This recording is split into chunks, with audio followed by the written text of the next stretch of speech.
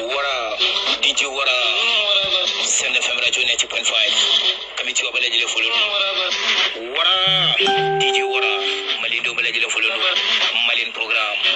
Yon sigile Malin program Keneka, Ugamji Kono, Nega Kanya Druka Tablafon, Nega Kanya Ulofla, Monmake Manga Zumana Conta, DJ Wara. Commande Folidruma Kaku, Commande Folidruma Kaku, Malde Juruduma,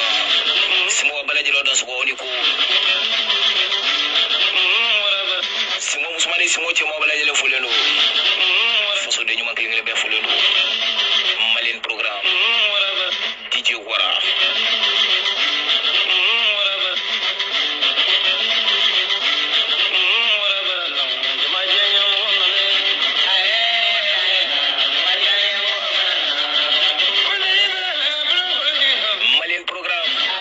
Wati kari Send FM Radio kau son juruduma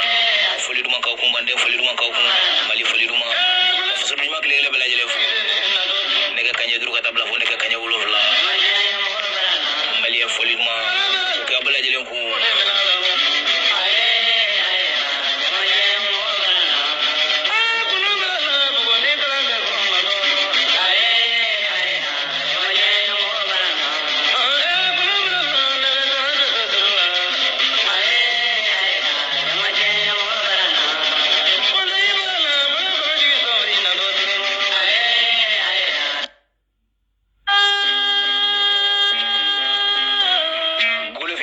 Ndio be folido ka committee bela jele fu community of bela jele nga foli ci wara be committee bela jele wole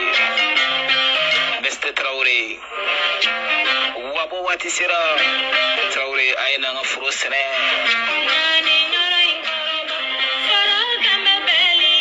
beste Tugula ci wati sira Chibete ngatambiri furu kono de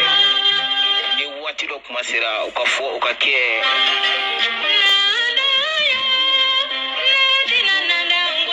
betugula welea ofo sergino yiwelelo ya keneka kaje yiwelelo ni keneka ya Prince yiwelelo ni keneka ya chebete wele ni keneka de General Iwelelo ni kenanga ya Chiwara biwele Kaika Chiwara biwele Fael Musobangana Chiwara biwele ya Saraba Iwelelo ni Chiwara keneka Pamana ere Iwelelo Chiwara keneka Malika kanuba Iwelelo Chiwara keneka Dongo koroba Olivier etas pramoba Mande masai Iwelelo ni keneka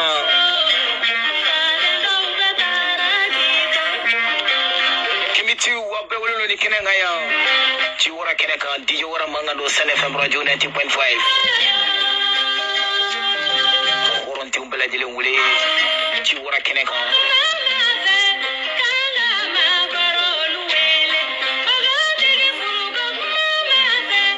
Sigira boro keneka be professeur Gino wele ni keneka ya ikana ka on hakilu la kuno on place la bamana yasraka mande ka yasraka obage anyi fere wele ni keneka ya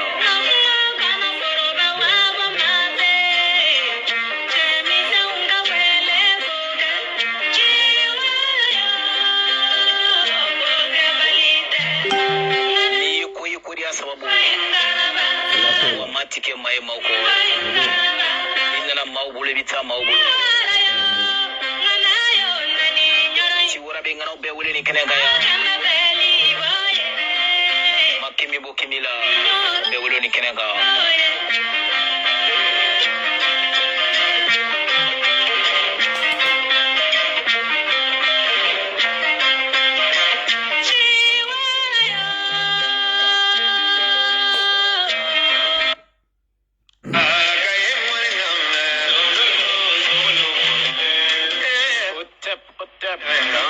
Otep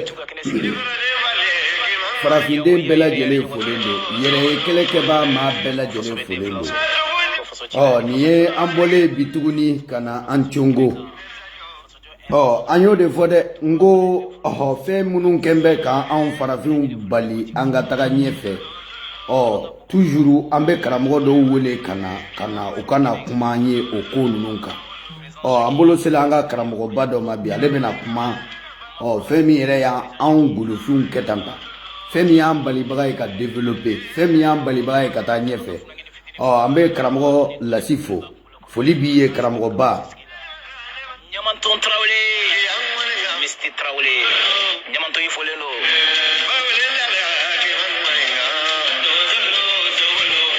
avec 4G Fuyano aka doniya doni ti fly ala iklendi 4G folen do ya diga hakliski konnala Otep adam bi folen do ya no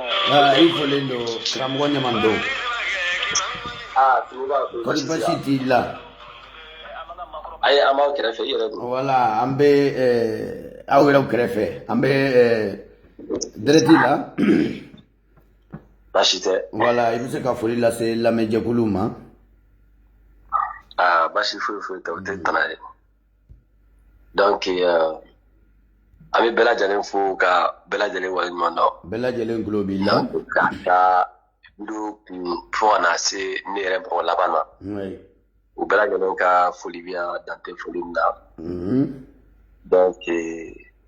ka wolofiden bɛɛ lajɛlen fo bɛɛ lajɛlen tulo b'i la k'a taa farafinna ka na cɛw la bɛɛ lajɛlen tulo b'i la fo ka taa bila fiɲɛ bɛ ci diɲɛ yɔrɔ yɔrɔ dugukolo sanfɛ min y'an kumakan mɛn min m'a mɛn an ka foli bɛ bɛɛ lajɛlen kelen-kelenna bɛɛ lajɛlen kelen-kelenna tulo b'i la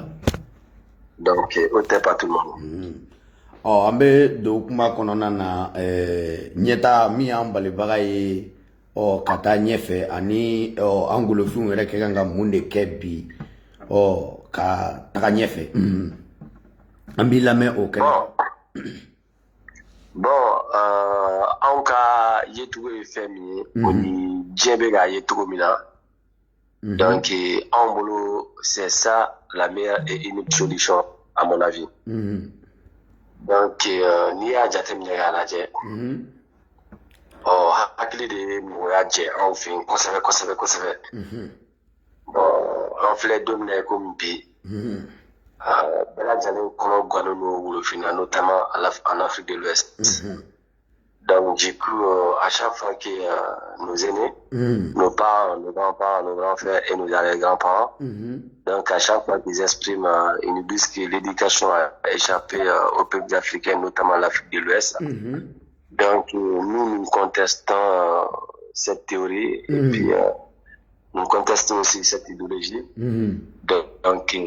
à forcer de comprendre les choses et à forcer d'essayer et de chercher et réfléchir en conclusion on voit qu'il y a un problème la façon dont ils sont en train d'expliquer notre éducation et la façon dont les choses sont en train de déclencher en Afrique en fait donc du coup olu y'a yira n na u ka kumaw kɔnɔ kosɛbɛ u b'a yira n na k'a fɔ ko mara tiɲɛna i m'a ye donc ko mara tiɲɛna mara tiɲɛ kojugu fɛn minnu tun sigilen don sen kan donc olu bɛɛ lajɛlen tiɲɛna o kɛra sababu ye an ma taa yɔrɔ ni nayɔrɔ sɔrɔ o kɛra sababu ye hakiliw disjoncté la parce que olu ka yecogo la hakili kan ka miirina ni kunkilenna dɔ de minɛ ka objectif dɔ de minɛ walasa ɲɛnɛmaya bɛ se ka sabati jamana na yiriwa bon avec l'ONG plus de 2000 ans l'éducation qui est instaurée chez nous en Afrique donc on voit que ça fait de l'échec et ça fait beaucoup de dégâts bon an nana jateminɛ k'a lajɛ i komi maaya ye hakili an mɔkɛw ni an faw i kɔni bɔra mɔgɔ la o y'i ka maakɔrɔ ye nka fɔ an y'a bila an kun fɛrɛ la bi ma jɛ da bi bɔra kunun na sini fɛnɛ bɛ bɔ bi la donc an fɛnɛ bɛ se ka kɛ lonnɔ maakɔrɔw ye ni ɲɛnɛmaya janyana dugukolo sanfɛ n bɛ segin ka don kɔnɛ kɔnɔ ka min fɔ o la an ka maakɔrɔ labanw fo an ka jateminɛ k'a lajɛ olu bangera jɔnya de kɔnɔna la ka mara jɔnya kɔnɔna la ka jɔn hakili kɛ k'u mara mɔgɔ minnu nan'u minɛ jɔnya kɔnɔna la k'u capacité intellectuelle bali ka développer donc olu ye ɲɛnɛmaya taabolo fɔ olu ye cogo min na olu y'a minɛ ten tɔ olu bɛ farafinya dɔ ta farafinya dɔɔni dɔrɔn miirina ni kunkilenna min nana c'u kan u b'o ta ka o fara farafinya kan ka farafinw mara n'a ye o fanga nana bonya o nana wolo tiɲɛni na bon k'a fɔ ko mɔgɔw ma mara ne kɔni ma da o la k'a fɔ ko mɔgɔw ma mara ne ma da o la wa ma sɔn o ma wa ni ye ɲininka min ka argument f'i ɲɛna hakilina de bɛ se k'a faamu ayiwa mɔgɔw ma mara bɔn o ma e yɛrɛ ka hakilinaw la min ye munna o ma mara i bɛ se k'i da don o la k'o walawala bon ne ka jate la mɔgɔw maralen don l'Africain éduqué bon ni mɔgɔw maralen don mɔgɔw ma mara bon ni ko mɔgɔw ma mara o n'a kɔrɔ bɛ ne ko mɔgɔw maralen don mais est-ce que me kun mɛn n'a fɔ n y'a fɔ mɔgɔw maralen voilà an mago de b'o de la baasi tɛ farafin ye mara min ɲini nin san 1000 laban in na o mara résultat de filɛ nin an kun bi mara min nana ta ka d'a ma k'a fɔ k'o ye mara ɲuman ye n'o ye arabu mara ye n'a bɛ f'o ma ko éducation islamique o mara de nana wolo nin na tantɔ de anw filɛ k'an comporter cogo min na nin ye arabu jogo de tu t'a kan ta t'a kan arabu jogo de filɛ ka taki i m'a ye donc mara min taara ka di an ma ko wulufu a ye mara kɛ tan ni nin ka ɲi aw ma o mara in kɛra ka ɲa fo k'a tɛmɛ a dan kan min ye an kunnaja dɔɔni dɔrɔn bawo bamanan fɛn bɛɛ lajɛlen ma tunu farafinna o de kama yɔrɔnin dɔɔni bɛ yen o bɛɛ lajɛlen ma se ka ban mais mara taara ka da ɲɔgɔnmɛ kɔ la ka na d'a ma cogo min na mara in kɛra ten tɔ kɛ taki tu t'a kan ta t'a kan mara ɲana mara ɲana dɛ mara ɲana arabu nana mara président ye cogo min na an y'a kɛ ten mais n'a nana n'an sigi mara in na est ce que an ka bɔ bɛ mara in na an bɛna ye an ka bɔ t'a la bawo plus que mara fanga bɛ ka ɲa plus que halaki bɛ ka juguya plus que mara fanga bɛ ka ɲa mɔgɔw tɛ ji kɛ ɲɔgɔn tɛgɛ plus que mara fanga bɛ ka bonya arabu mara balimaya de bɛ ka tiɲɛ sinjiya de bɛ ka tiɲɛ plus que arabu fanga mara bɛ ka bonya mɔgɔw de bɛ ka kojugu kɛ ka arabu ka livre dayɛlɛ ko n'i ye yɔrɔ dɔ kalan ko ye kojugu yafalen i bɛ n'a ye mara min b'an kun o mara in de da man di an na mara in tɛ mara ɲɛnɛma ye mara in résultat de ye nin ye n'i taara arabu fɛ yen nɔ u bɛ tan tɔ ye taki bamananw ko ten yirikuru mana mɛn ji la cogo o cogo tɛgɛ bama ye an kɔni ma yɛlɛma ka kɛ arabu ye nka an kɔni ye arabu mara ta k'a kɛ o tɛ mali dɔrɔn ye o ye farafinna fan caman ye farafinna woroduguyan fan fɛ tilibiyan fan fɛ i bɛ n'a ye siya dɔw yɛrɛ bɛ yen olu tɛ se k'u ka kan fɔ dɛ u bɛ kuma arabukan de la kan in sɛbɛnni bɛ kɛ arabukan de la bon anw ka ba ɲɔgɔn na wolofinna a tɛ wolosuya yɛrɛ nɔfɛ bilen a bɛ jagokun de nɔfɛ jagokun taara ka da n'o ye diinɛ ye jagokun de diinɛ ye taabolo diinɛ tɛ se k'a yɛrɛ kɛ a fanga foyi tɛ ala la fanga foyi tɛ sɔrɔ ala la ala t'a yɛrɛ ni mɔgɔw kɔni ma kɛ a tɛ kɛ a ti kɛ donc jagokun de don k'a ta ka yala n'a ye wulufin bɛ ka ɲɔgɔn kɛlɛ jago de nɔfɛ i bɛ n'a ye hali n'i taara donc kunnasini kɔta n invité don TikTok dɔ kan donc n'i taara débat la TikTok nka siya bɛɛ lajɛlen tun bɛ yen moi je suis content je suis vraiment satisfait quand même mais franchement je suis content et je suis très très content et heureux aussi parce que on voit que les nouvelles générations des jeunes d'aujourd'hui ils se posent des questions en fait pourquoi il y a autant de misère sur le continent en fait. Pourquoi il y a autant de problèmes? Donc il faut chercher les sources des problèmes et essayer de régler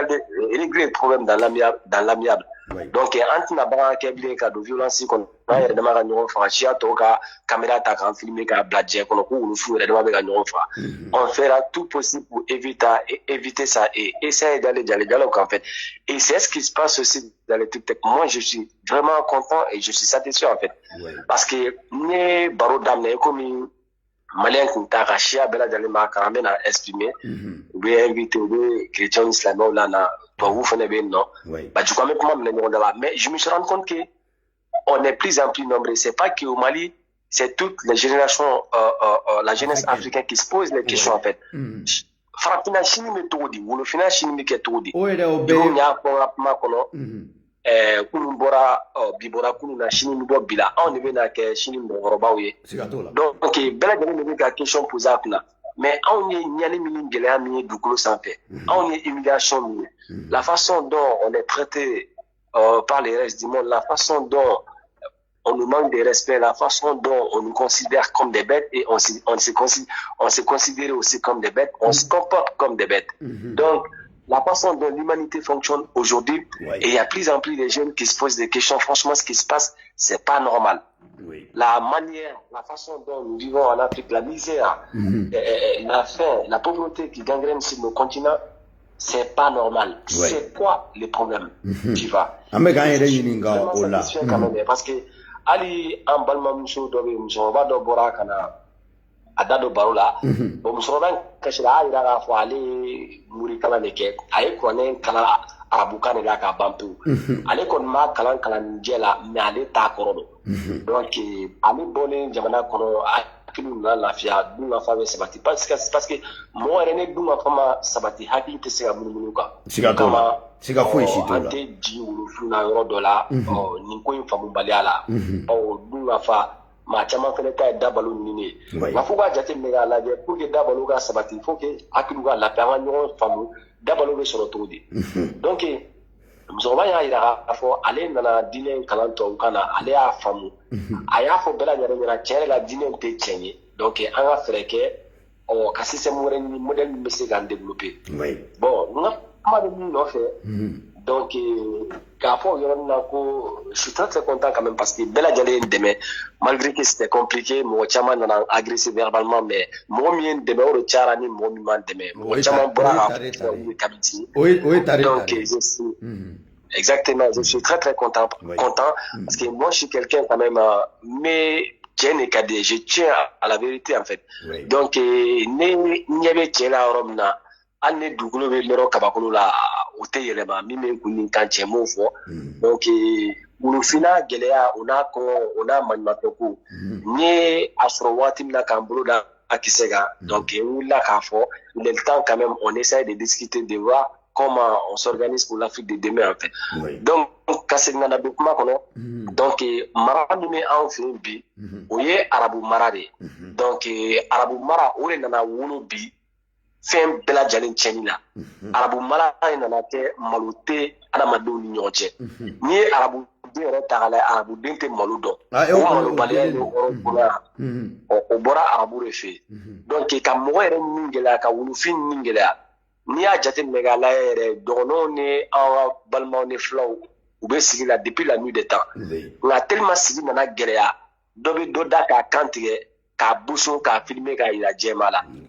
wulu film tendo ni men na milina wore ni kunkle na wore mun duna en fait do fele be biliburu do dale ka ida ka foko ale ga ala de ko ka keta imai ale be awulu sinyon da ka nintike o kama ibina jate me ga laje ala nga brushiko na la bi mo fara no ka kunke wabiani wantani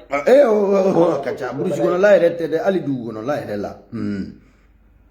exactement donc vous pouvez avoir un yana pour karamori mai ima famu ni a jate ne ga laje ni karamoro fe ta malla ga laje karamoro te ko mo ga dana te ninka o karamoro te min te mo bonya dafale aka gele mena ma kono mo mana ke to fe no be no o be ke tashi imanyele ma konna la o te bola fo kisa o be je mo bela gele na o iga tashi abe se ga kitaki kele o abe se ga tafene ka ke ko positive ma kon kera to iga balo ni ga samche fe no be no ibo ke o be ga nyene ma échapper o ni mo be se ga o taki o ki jugu ki kele nui nyene ma tita ko o nga ma fe ga min fo minye ato arnaki uni ma flafo alo si mo be klobena globila voilà donc mi karamo ka kuma fla foye oni karamo ga dalema u b'a fɔ bi kuranɛ y'a fɔ ta sini u b'a fɔ kuranɛ y'a fɔ ta u b'a fɔ hadisa y'a fɔ ta u b'a fɔ musulmi y'a fɔ ta sinikɛnɛ bon i bɛna ye u yɛrɛ nɔ tɛ karamɔgɔ nɔ tɛ karamɔgɔ ka nkalontigɛba jamana kɔnɔna la karamɔgɔ ka balo mɔgɔ jeli la jamana kɔnɔna la karamɔgɔ ka bɛnbaliya jamana bɛna halaki karamɔgɔ ka fɔ ɲɔgɔn kɔ nɔfɛ fo ka bila u kunna fɛnɛ karamɔgɔ ninnu fɛnɛ farafinw de foyi t'u la gulogibani kɔ gulogibani yɛrɛ a tɛ dilan fo u t'a dilan yɔrɔ dɔn a bɛ bɔ tubabu la de ka na d'u ma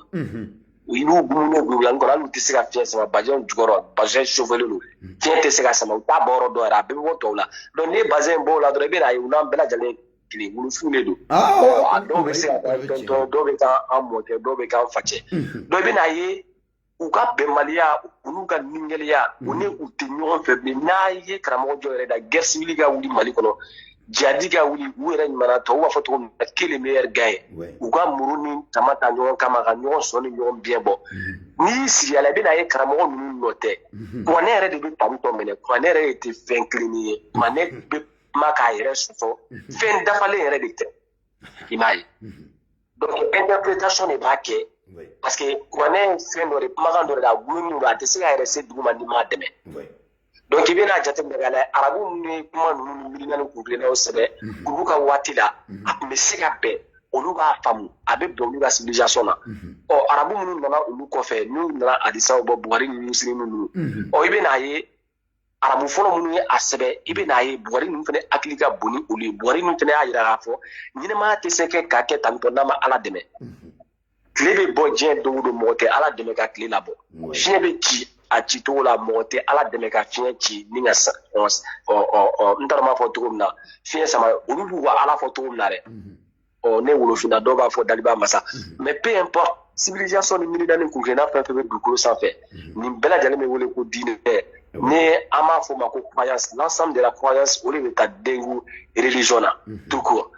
donc i bɛna ye u bɛ bɛnbaliya ni fɛn minnu na u nɔ tɛ karamɔgɔ ninnu tɛ nkalon tigɛla ye f'a k'o de faamu u tɛ nkalon tigɛla ye wa mɔgɔ jugu tɛ karamɔgɔ foyi tɛ Mali la min ye mɔgɔ jugu ye fɛn min b'u don juguya in kɔnɔna la u bɛ ka hadisa minnu kalan u lafalen don u ka faamu ye fɛn minnu ye n'o ye kuranɛ in ye dɛ o de b'u kɛ mɔgɔ jugu ye voilà o tigi bɛ fɛn minnu kan o miirina ni kuntilan n ko Ala yɛrɛ de b'a fɔ a ka kumakan kɔnɔ Ala bɛ surtout Tawbati kɔnɔ Ala t'a fɔ ko fɛn kɔfɛ a tɔgɔ bɛ fɛn sunkalo kɔfɛ ko mɔgɔ ka biɲɛ ni muru ta ka taa u mɔgɔ ɲɔgɔn faga ko ka taa migrants faga mais an ka karamɔgɔ ka kuma tɛ so Ala de b'a fɔ karamɔgɔ ka kuma ye dɛ o ye silamɛya yɛrɛ livre kumakan de ye karamɔgɔ ninnu fɛnɛ dalen don silamɛya livre in de la o de ye ko in lafiɲɛ de ye karamɔgɔ ka kumakan don dɛ parce que olu ka danaya ta yɔrɔ de don problème bɛ min nɔfɛ ko wolofiya ka ɲɛfɔ de parce que a bɛ ka ɲinɛ min kɔ mɔgɔ bɛ k'a lamɛn mɔgɔ min bɛ mɔgɔ min ta o b'a bila u kunna dɔrɔn yɛlɛma ye diyagoya de ko tɛ to tantɔ ça c'est quasi impossible an tɛ continuer bagan kɔnɔ o kɔni bɛɛ k'i da k'i miiri b'o la yɛlɛma ye diyagoya de c'est obligatoire siya tɔw bɛ balo cogo min na nɔgɔya la diɲɛ kɔnɔ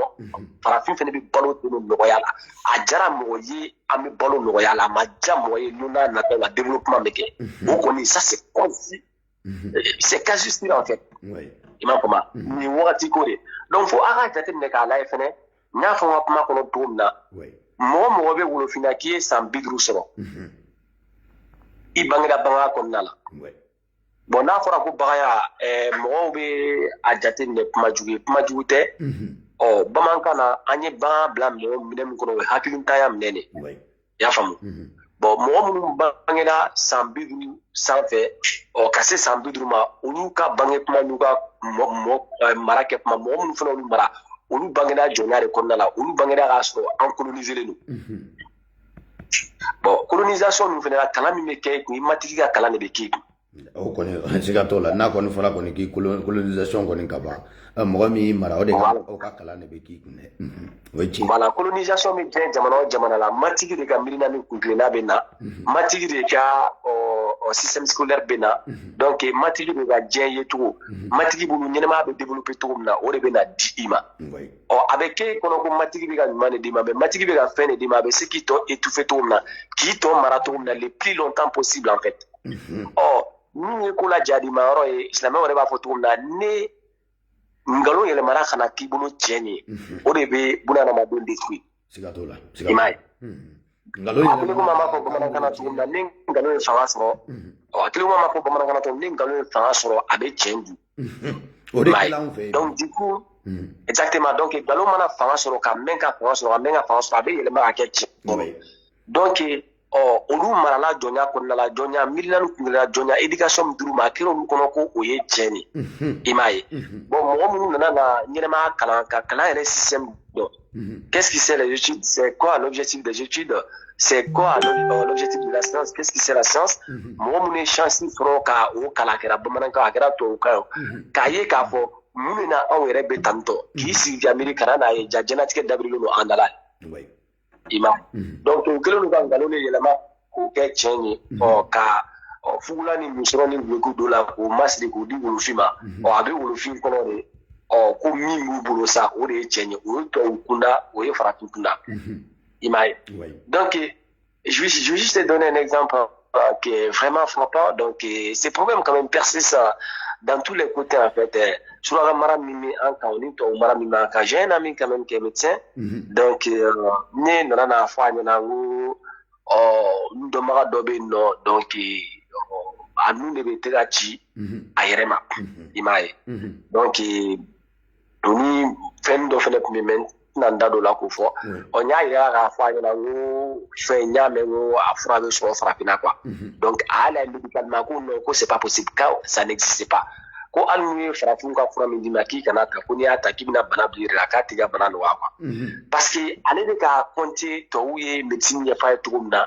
donc ale tɛ se ka tɛmɛ o kan a y'a jɔ ni acte mais c'est quelqu'un qui est très intelligent quand même il a fait ses études dans l'Occident donc ale tɛ tɛmɛ de tubabuw ye min fɔ ale y'o kan quoi a ma i komi tubabuw b'a fɔ cogo min na ale ka dɔnni danna tubabuw y'a fɔ ale ɲɛna yɔrɔ min na. Exactement, la folie mémoire en fait, l'intelligence de cheval en fait, c'est-à-dire il veut boli, mais il veut se rendre de la bête d'un quoi, parce que à Cléba faut qu'il y ait une récitation pour la barre, c'est pour ça qu'aux États-Unis, diplôme sur le monde ou bien il traite au bas, faut il m'a des caractères faut il là quoi, parce que les caractères de l'antinati chibé bébaga plein d'eau cala, donc alors qu'il a la capacité intellectuelle black à invention mais exemple tu as Bill Gates Bill Gates quand même c'est l'une des personnalités plus riches au monde mais Bill Gates m'a école là-bas non diplôme pas bon il n'a pas fini les universités mon club non nemi mon galon avec c'est un assemblée nata kana à contester walma avec c'est do Québec diplôme Bill Gates la rafouané donc quand il ka système mondial accompagné comme ma foi ma kono ma chaman to na donc ibina sero do ma bena fait bon système d'aine i hakli ta i ga baraka be fore ma ko chercheru nyina ma fait bela wala mena laba akili ga mnene ko imana fon fe gagner ma la ibe degi fait le la ma be fo ma la base des choses nyina ma va fait ka keto na système dominant mais mo mu va fait e ka keto na ou be ou baser ni ma pour que ki mirina ni ga kumpina blagata lu fan fɛ mais a bɛ na se yɔrɔ dɔ la système fɛnɛ bɛ a da yira k'a fɔ tiɲɛ na ne tɛ se ka tɛmɛ kan a bɛ fɔ diplôme de ma ko doctorat o ni maîtrise ni master c'est à dire masa mali n'i kalan donc kalan filɛ yɔrɔ min na sisan fɛn min bɛ ne bolo ne tɛ se ka o d'e ma o ye dɔnni de par exemple ne i b'a ye ne diplôme sugu dɔ bɛ farafinna mais n'a fɔra min ala ka sɛ wotoro bila a tɛ se donc mɔgɔ min bɛ se ka sɛ wotoro bila o tɛna a ka dɔnni d'i ma a b'i bila sɛ wotoro réparé cogo la n'a sera dɔ la a b'a fɔ bon sɛ wotoro dɔnni min filɛ nin bolo avion dɔnni min bɛ ne bolo tan la façon dont je fabrique la navire de guerre des bateaux des avions des téléphones des bémantoniques et tout o ye ne ta ye o ye dɔnni de n ye wɔsi de kɛ k'an sigi k'an miiri k'o fɛn ninnu développer o bɛ ne ni n balimaw o ni n sinjiw ni n ka dugulamɔgɔw ka bila de la e tɛ ne ka jamana kɔnɔden e nin tɛ o la ni deli système de la ni avion tiɲɛna i b'a dilan cogo min na mais avion moteur e nin t'o la o tɛ yira e la donc hakili bɛ se o ye hakili ka baara de daminɛ yɔrɔ ye sanfɛ yɔrɔ la o dilanna cogo min na wala fɛn wɛrɛ fɛ a bɛ bon o de ye anw farafin fili kosɛbɛ an ye sɛbɛnni kalan de kɛ dɔɔnin quoi ça c'est i ka nin kuma tiɲɛ don i bɛ nin yɔrɔnin walawala kosɛbɛ parce que nin yɔrɔnin y'an sɛgɛn kosɛbɛ quoi an farafinw sɛgɛn parce que n'i y'a jateminɛ anw hakili la ko ka taa sɛbɛnni kalan ko ye komi i bɛ ka taa inventation de kalan i n'a fɔ i bɛ ka taa dɔnni fɛn kalan fɛn min bɛ dɔnni non i bɛ se ka fɛn min inventer quoi voilà non ok donc même l'un des grands intellectuels en Afrique, notamment Cheikh Modibo Diarra, tu vois. Donc, allez comme une récitation pour la baille, allez récitation qu'il faut à ça, Dana, parce que wagati min na u b'a a wele kɔni ka Pathfinder mission d'a ma donc ale kɔni tun ye mɔgɔ 4 de dugukolo sanfɛ min bɛ se ka o trajectoire calculer quoi tu vois mais u y'a kɛ calcul dɔrɔn de la dɛ mais fusée bɛ dilan cogo min na hali mɔgɔ min bɛ fusée dilan min b'a dilan a ɲɛ tɛ da o kan kuma tɛ k'a fɔ ko a bɛ fusée tu vois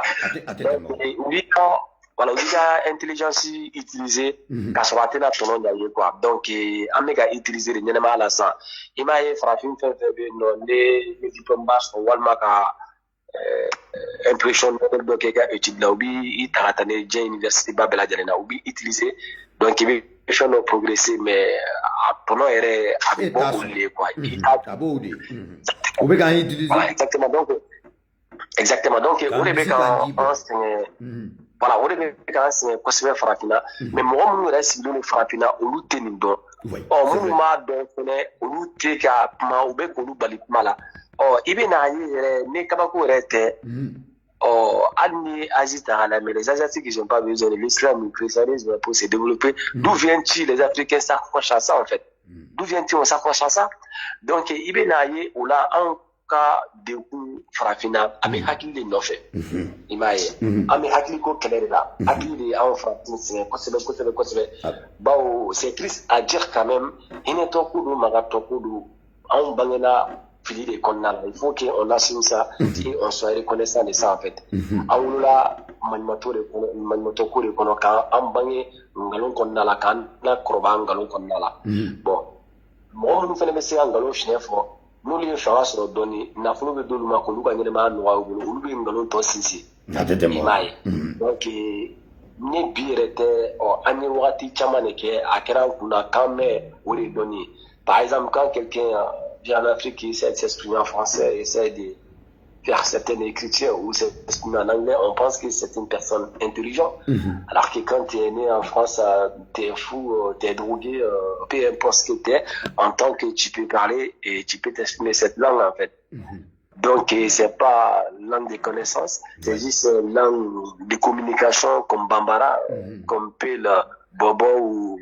Djoula ou peu importe en fait. Mais ama ore famu quoi. Anya akanta ke langue civilisationnelle. Anya ta ke domi fene kan. Donc ore be kan kosebe.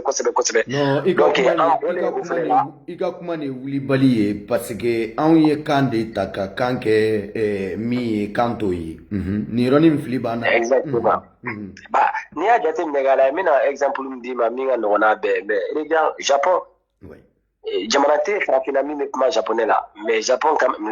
est plus industrialisé que la France hein. C'est un pays plus développé que la France et plus riche que la France aussi mais mɔgɔ si tɛ japonais non si quoi donc e fɛ i bɛ Europe jamana min kan i b'a sɔrɔ ne bɛ jamana min kan mɔgɔ wɛrɛ bɛ jamana min kan mais a si tɛ français fɔ n'a bɔra français wɛrɛ la mais pourtant ils sont développés yanga yɛrɛ yan a français mɛnna fɔ ni minnu tun bɛ français sinon tɛ français mɛnna yɛrɛ ye yan dɛ fɔ ni y'a kalan i ka baara taabolo kama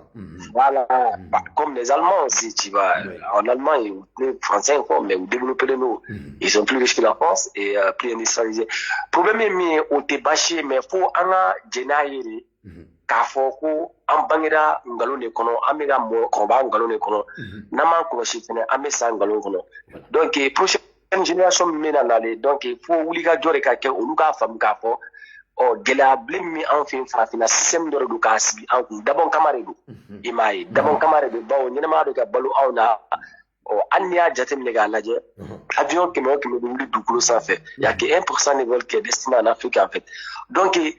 diɲɛ bɛɛ bɛn'a kan k'a fɔ hali n'i ma kalan ni yala la yala yɛrɛ ye kalan ye donc farafin bɛ ka bali yala fɛnɛ la parce que ni yala la i bɛ bɔ ko ninnu kalama o de y'a to mɔgɔ min mana yala kosɛbɛ ale ka fɔli barika ka dɔgɔ ni mɔgɔ min ma deli ka bɔ yɛrɛ i m'a ye donc wolofin balilen don ka bɔ wolofinna da fɛ alors que nous sommes le deuxième continent plus grand au monde et premier continent quand même là où il y a plus de ressources au monde mais avion 100 o 100 bɛ wuli dugukolo sanfɛ avion kelen dɔrɔn de bɛ kunsi anw ma 99 o ye jamana wɔɔrɔ ni ɲɔgɔn cɛ c'est quand même inacceptable et humiliant donc fo an ka jateminɛ k'a fɔ de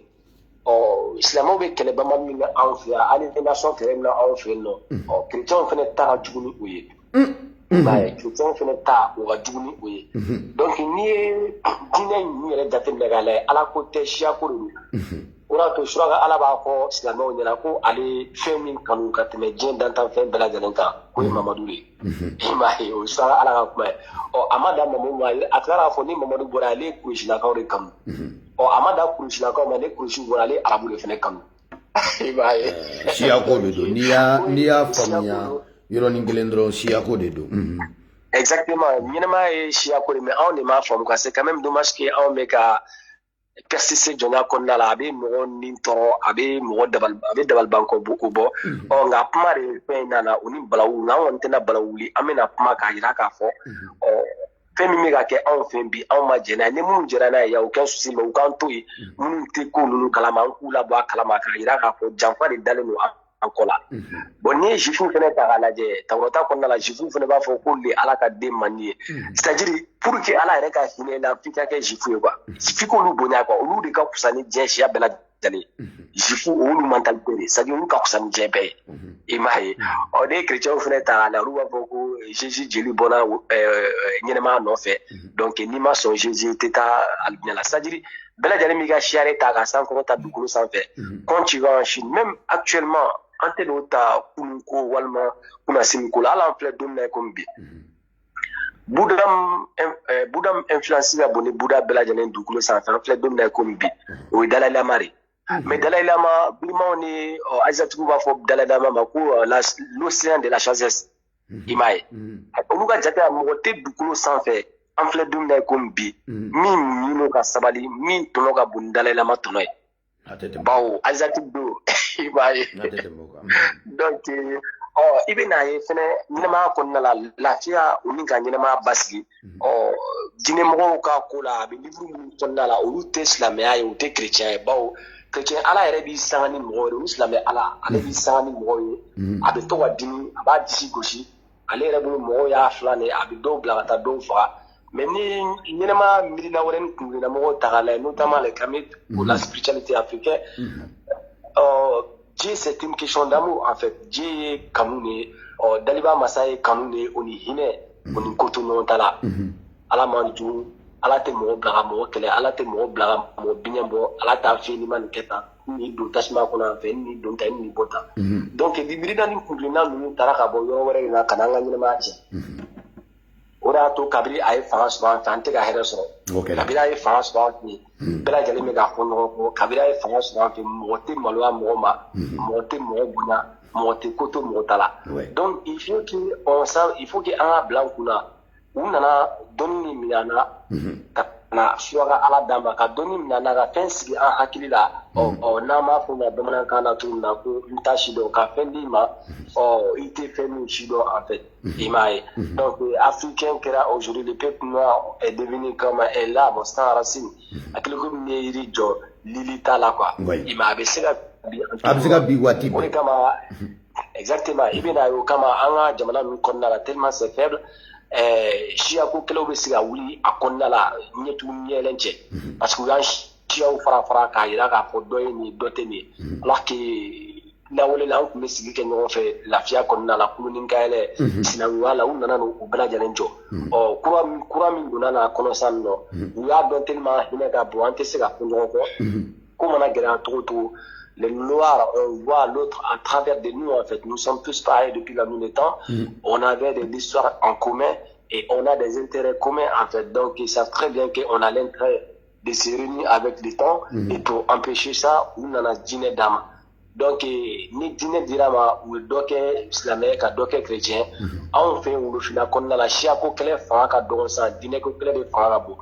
quand tu prends l'exemple en Côte d'Ivoire, donc ils vont donc à madame malami mais tu l'as qui fa nous il y a là autant que tu dois tourner jamne nous il toi Mohamed il toi Abdullah il toi Aïcha tawa donc toi islam ou ninke walma we fait qui n'a fait une kadwi image donc vous le figo quel est le dîner ko quel est je prends un exemple en Centrafrique quand il y avait une guerre ethnique qui est déclenchée, ben ils n'ont pas tué les gens parce qu'ils sont peuls ou ils sont maliens ou congolais ou trucs comme ça. Non. Ou ils ont identité dans la Walmart à l'islam ou sigidam là. Ou taou min parce que l'islam est parce que l'islam faut ne pas quitter toi ni manga ou la ou tam on min parce que chrétien ou Walmart animé sudo. Oui. Imai. Donc nous tout le monde ya kan an kɛlɛ tantɔ ka an ka ɲɛnɛmaya tiɲɛ donc k'an ka dugu tiɲɛ ka ɲɛnɛmaya gɛlɛya an bolo k'an ba ɲɔgɔn na k'an kɛ yeko fila ye dugukolo sanfɛ i mana ɲɛnɛmaya ta k'a la an filɛ don min na komi bi farafin ye yeko fila ye diɲɛ bɛɛ bɛ balo hɛrɛ la ka tɛmɛ farafin kan diɲɛ bɛɛ bonyalen don ka tɛmɛ farafin kan farafin ye fiɲɛ dugukolo sanfɛ exactement nous sommes les seuls peuples au monde qui prend l'identité de d'autres personnes qui essaient de développer certaines choses qui ne les appartiennent pas en fait. Donc farafin dɔrɔn de siya dugukolo sanfɛ min b'a essayer ka mɔgɔ wɛrɛ ka fɛn ta k'a essayer k'a bɛna ɲɛtaga ɲini o la. Exactement o de ye ko gɛlɛya ye quoi hali n'i y'a jateminɛ k'a lajɛ farafin tɛ se ka hadisa bɔ yɛrɛ c'est interdit hali n'i y'a bɔ a bɛ taa kalan i ma k'a to ji min ma o ko kalan i n'o ɲɛfɔ an ye o. Ni i yɛrɛ ni farafin ɲɔgɔn tɛ i kɔni i tɛ sɔn k'a fɔ i k'a cɛ k'i ka taa ji fɛnw ma fiyewu arabuw ma fiyewu. Par exemple, moi je fais un livre de Doumi Fakoli, ou peut-être livre de Siramisa, peu importe, ou c'est Lucham, peu importe le noir qui fait les livres, je peux me balader partout dans le monde. Mais après, on peut t'entourer. Donc il faut essayer de lire ce livre pour comprendre ce qui était et savoir d'où tu vas y aller en fait. Donc il faut qu'on comprenne d'où on vient, essayer de comprendre les problèmes qui nous persistent dans le monde actuel. Donc au début ne bɛ se k'o kalan ka taa n'o ta ka taa n'o diɲɛ yɔrɔ bɛɛ la n bɛ se ka n disi gosi n'a ye n b'a kalan mɔgɔw bɛ lamɛn mais ne farafin tɔnkɛ kɔni b'a fanɛ foli b'i ye karamɔgɔ tɔnkɛ kɔni b'a fanɛ ani jabatɛba foli b'aw bɛɛ lajɛlen ye donc je remercie tout le monde voilà ɲamato k'a ka foli b'aw bɛɛ lajɛlen ye an b'i lamɛn exactement i bɛ se ka oui je remercie tout le monde oui bah du coup n'i ye an ka alimami dɔ bɔ sisan nɔ k'u ka hadisa bɔ hali ni ye diɲɛ da u k'u tɛ sɔn jɔn m'o kalan i bɛ taa arabu yɛrɛ bɛ ɲininka i bɛ hadisa bɔ ka da kun kan i bɛ hadisa bɔ de parce que n'i ye mamadu ye walima n'i y'a somɔgɔ dɔ ye walima n'i b'a ka histoire kalama e bɛ mali la mamadu bɛ cɛncɛn sanfɛ e bɛ mun dɔn o ka ko la i tɛ lamɛn yɛrɛ fɔ mɔgɔw ma min dɔn fɔ ni mɔgɔw ye min dɔn ka na o fɛ yen voilà donc u tɛ sɔn hadisa u t'u ban hadisa bɔli man gansan parce que u b'a dɔn a tɛ lamɛn n'u b'a bɔ a interdilen don yɛrɛ parce que mɔgɔw b'a fɔ nkalon de b'a kɔnɔ akile komi arabu dɔ k'i to arabu la k'a bɛna kɔmɔ bɔ to fɔ ye mali la an bɛ yɛlɛ o la kɛ an bɛ yɛlɛ o la a b'i la voilà an bɛ yɛlɛ da de walima tubabu dɔ k'a sigilen to faransi k'a fɔ ko bɔn ko diinɛkaw bɛ kɔmɔ bɔ ta walima segukaw bɛ dɔgɔnɔw bɛ kɔmɔ bɔ ta mais dɔgɔnɔw b'a dɔn u bɛ yɛlɛ u b'a fɔ bɛɛ e b'an ka kɔmɔ bɔ to an ma kɔmɔ bɔ cogo f'i ye tu vois an ye kɔmɔ cɛ ka taa di ma de donc c'est exactement pareil o de kama an ka karamɔgɔ n'an ka u b'a fɔ minnu ma dɔnnibagaw livre kalannaw i m'a ye parce que n bɛ segin an ka kuma kan tuguni olu ye dɔnni kɛ livre kalan de i m'a ye dɔnnibaga tɛ se ka kɛ jamana ni yɛrɛ tɔgɔ in ka ɲi fiyewu livre kalannaw an ka livre kalannaw karamɔgɔw tɛ dɛ an ka livre kalannaw voilà donc dɔnnibaga tɛ se ka kɛ kɔngɔtɔ jamana kɔnɔ quoi i ka dɔnni fanga man bon i m'a ye dɔnnibaga tɛ se ka kɛ kɔngɔtɔ jamana kɔnɔ c'est pas possible ni dɔnni b'i la jamana kɔnɔdenw kan ka tɔnɔ bɔ de dɔnniba in bɛɛ lajɛlen bɛ mali kɔnɔ anw bɛ cɔcɔ la dugukolo sanfɛ i b'a fɔ ko bagan hinɛ tɔ ni magatɔko la an lebulen don diɲɛ kɔnɔ voilà an tɛ bonya et puis an balima n'an siniw bɛ sɛgɛn la mali la et puis dans toute l'Afrique quand même c'est un problème continental donc mɔgɔ tɛ ka dumuni sɔrɔ ka kɛ mɔgɔ tɛ ka ji sɔrɔ ka min mais dɔnnibagaw b'an fɛ donc revenons à ce que j'ai en train de dire tout à l'heure donc o de kama an fɛ yen nɔ mali la an ka karamɔgɔ bɛ se livre min bɔli la dɔrɔn n'i ye nin livre kalan i bɛ examen sɔrɔ n'i ye nin kalan i ka jago bɛ ɲa n'i ye nin kalan a b'i si janya n'i ye nin kalan a b'i si surunya a banna u bɛ se k'o livre dɔrɔn de bɔ mais u tɛ se ka livre foyi bɔ min bɛ diinɛ ɲɛfɔ k'a fɔ seli tantɔ walima mamadu tun b'a kɛ tan mamadu tun b'a kɛ tan i tɛ se i si bɛɛ a bɛ faamu o de y'a to arabu b'a cɛ ka na d'a ma cogo min na an b'a kalan ten tɔ dɛ ni hadisa minnu ja la u b'olu tigɛ a la ni minnu ja la u b'olu bɔ a la kuranɛ haya dɔ u b'olu supprimer k'a fɔ ko nin baara in bɛ yen même kunnasini kɔta an tun bɛ débat min na TikTok sanfɛ ni haya dɔ bila k'a di cɛ ma cɛ ko ko haya in bɛ yen k'a tɛ baara kɛ bilen a tɛ baara kɛ cogo di ala de y'a sɛbɛn jɔn y'a tigɛ a bɔ a la n ko arabu de y'a tigɛ a bɔ a la arabu de y'u sigi k'a fɔ ko bɔn nin ka gɛlɛn mɔgɔya ma nin tɛ fonctionner mɔgɔya la bilen haya in kɔni a bɛ yen suraka cɛkɔrɔbaw y'a sɛbɛn don jan tɛmɛnlen na mais hakili fanga nana bɔ an nana n'a ye tiɲɛ tɛ ala kumakan tɛ arabu kumakan de don pour que an ka cɛnni don mɔgɔya ko a kɔni sɛbɛnnen bɛ yen mais a tɛ baara kɛ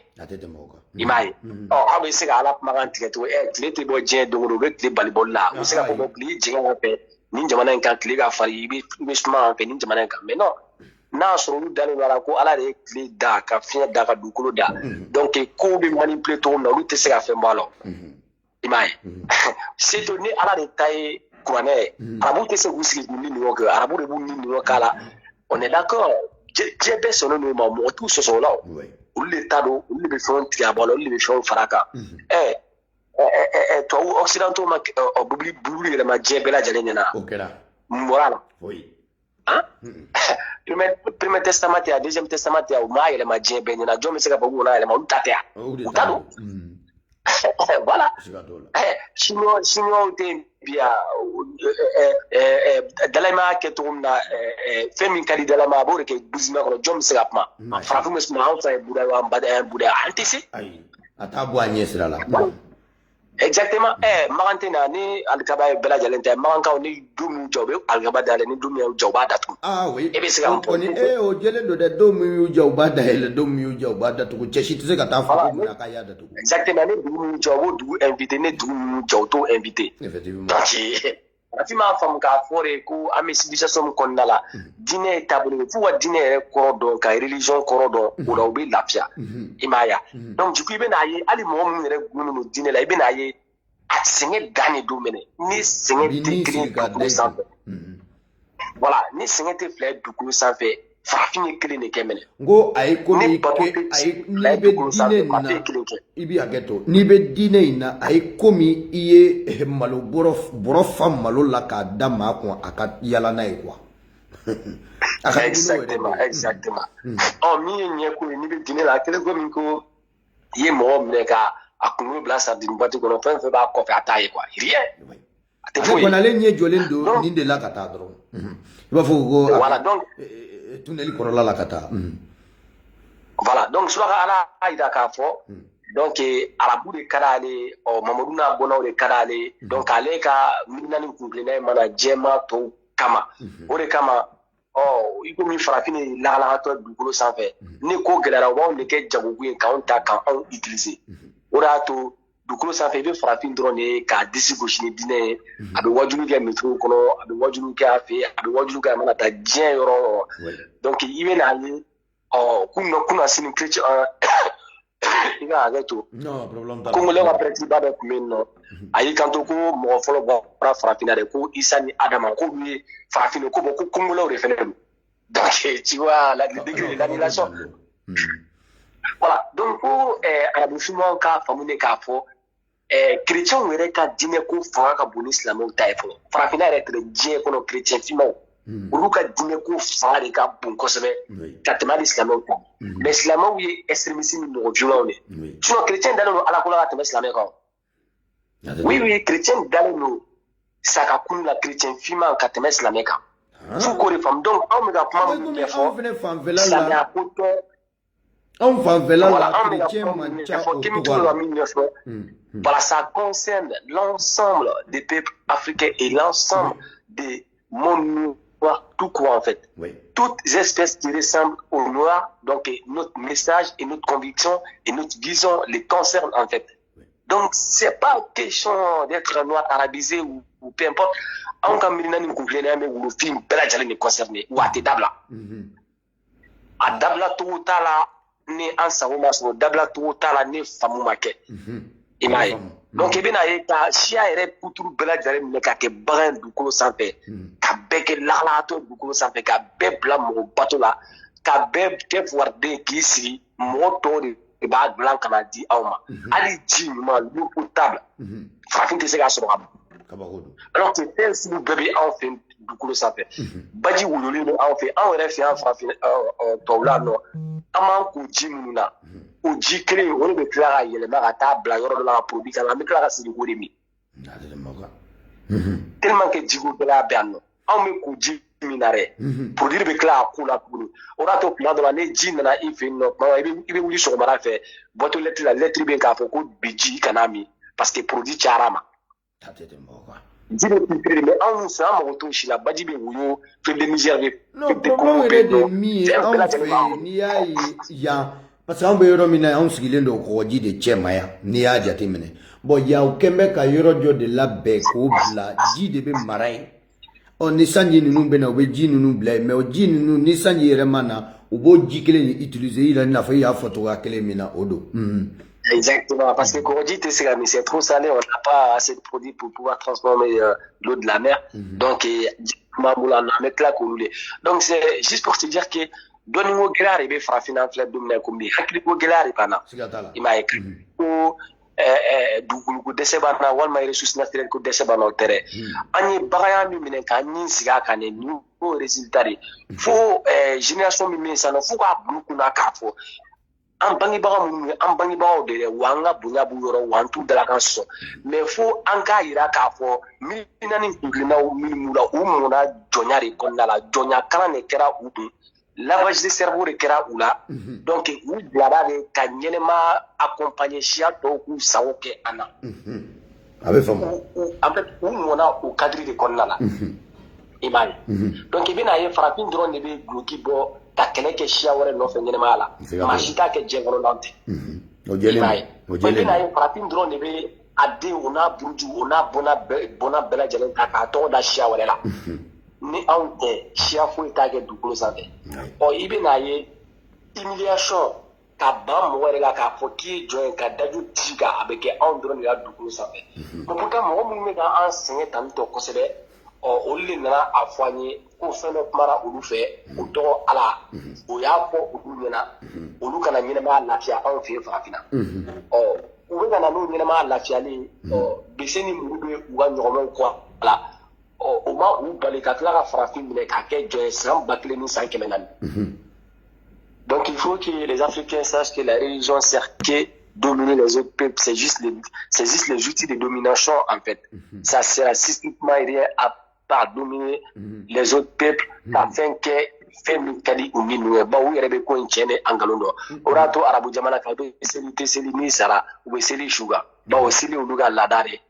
donc u yɛrɛ ɲumanna i ka ɲɛnɛmaya bɛ i ni i ka ala de ni ɲɔgɔn cɛ mais anw fɛ yen farafinna tellement mɔgɔw ye bagan ye hali ni mɔgɔ min sɔrɔ u bɛna fɔ ni i sara seli tɛ k'i su kan bɛɛ lajɛlen sirannen don parce que ko in ma ɲɛfɔ a ɲɛfɔcogo la tu verras aussi que l'immense majorité des peuples africains n'ont pas alphabétisé notamment les Mali et plein de pays africains aussi, tu vois. Déjà, non seulement on n'est pas alphabétisé, et deux, l'étude qu'on fait, on est en train d'étudier en langue étrangère en fait, notamment les portugais, français, l'anglais, espagnol et l'arabe et plein d'autres aussi. Et on est exception dans tous les domaines dans ce monde en fait. Même ça aussi, c'est pas normal. On n'a pas à étudier une langue on n'a pas la connaissance. Et tu sais qu'on est blanc, qu'on est français, qu'on a le français, c'est quand même c'est impossible quoi. E ka ba français yɛrɛ kalanni na i bɛ ba dɔnni sɔrɔ la ka français kalan k'e ka mɔgɔw faamuya o la dafiki ka dɔnni ɲini i k'u manji dɔnni na tɛmɛni kuma ye an bɛ kotigi fo karamɔgɔ kotigi k'a fɔlen don tɛmɛni kuma ye a ye komi an karamɔgɔ ka nin telefɔni je crois que a ka nin telefɔni batterie banna wala an t'a dɔn telefɔni kɔni tigɛra an bɛna lajɛ ni an y'a sɔrɔ sinon video janja yɛrɛ kama an tɛna janja togo sugu dɔ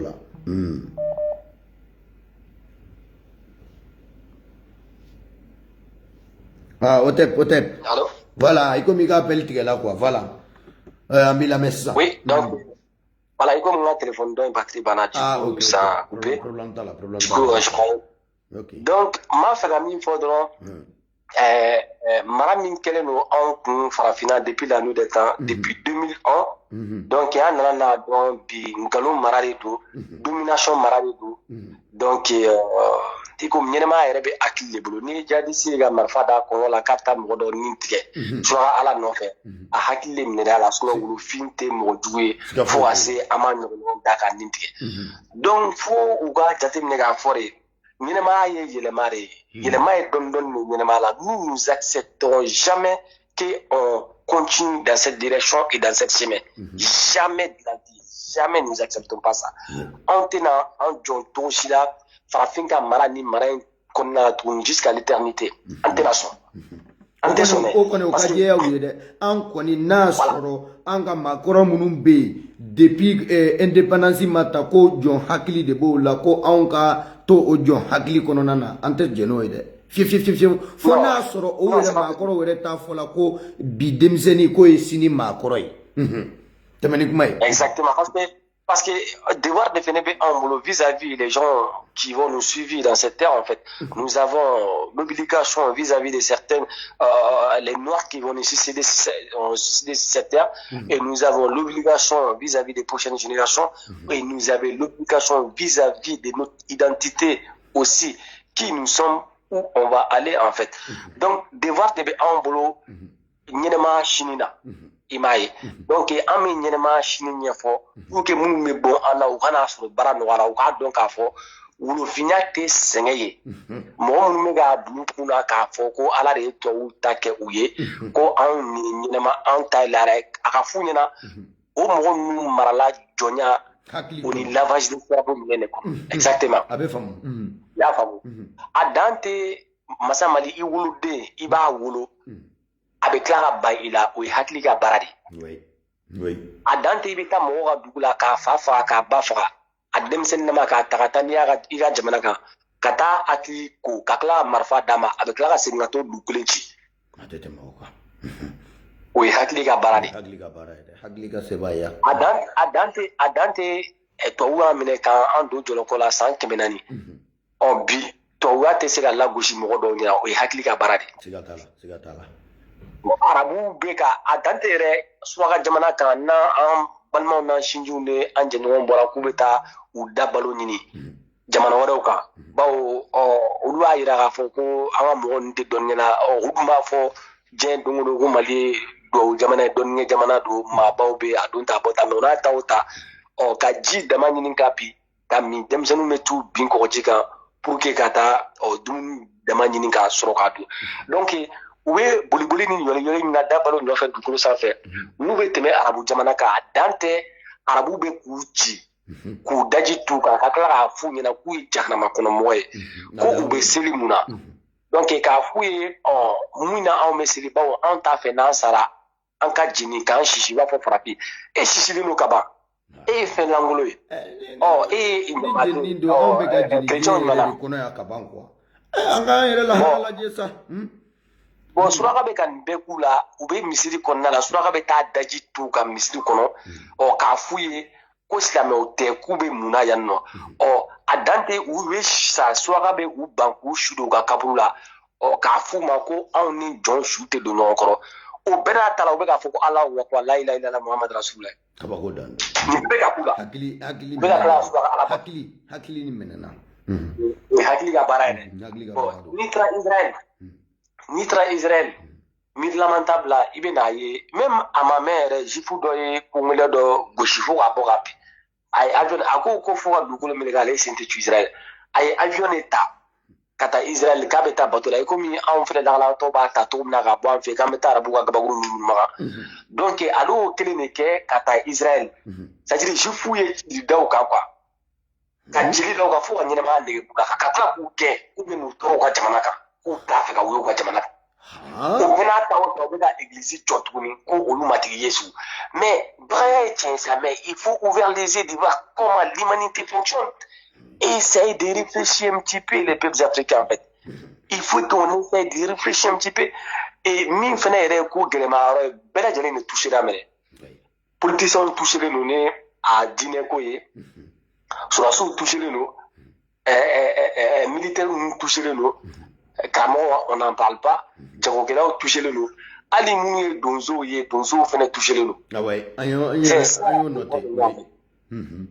voilà donc le problème c'est quoi les Kamites sont venus ils viennent pas pour mettre des pagailles dans les idéologies dominantes en fait donc mirina ni kunkilenna minnu bɛ ka jamana mara sisan nɔ Kamitu nalen tɛ ka mirina ni kunkilenna ninnu ka pagaille don ni ɲɔgɔn cɛ mɔgɔw nalen don ka tiɲɛ de ɲɔfɛ k'a yir'u la k'a fɔ balo ni mara min bɛ ka kɛ anw fɛ yen bi tiɲɛw de tɛ fo an ka ɲɛ ka ɲɛnɛmaya lajɛ sinon n'an m'an kɔlɔsi olu fiɲɛ bɛ ban dugukolo sanfɛ donc mɔgɔ dɔw yɛrɛ de bɛ jɔnya tɛ fɛn kɛ olu la mɔgɔ dɔw de ye dusutanden minɛ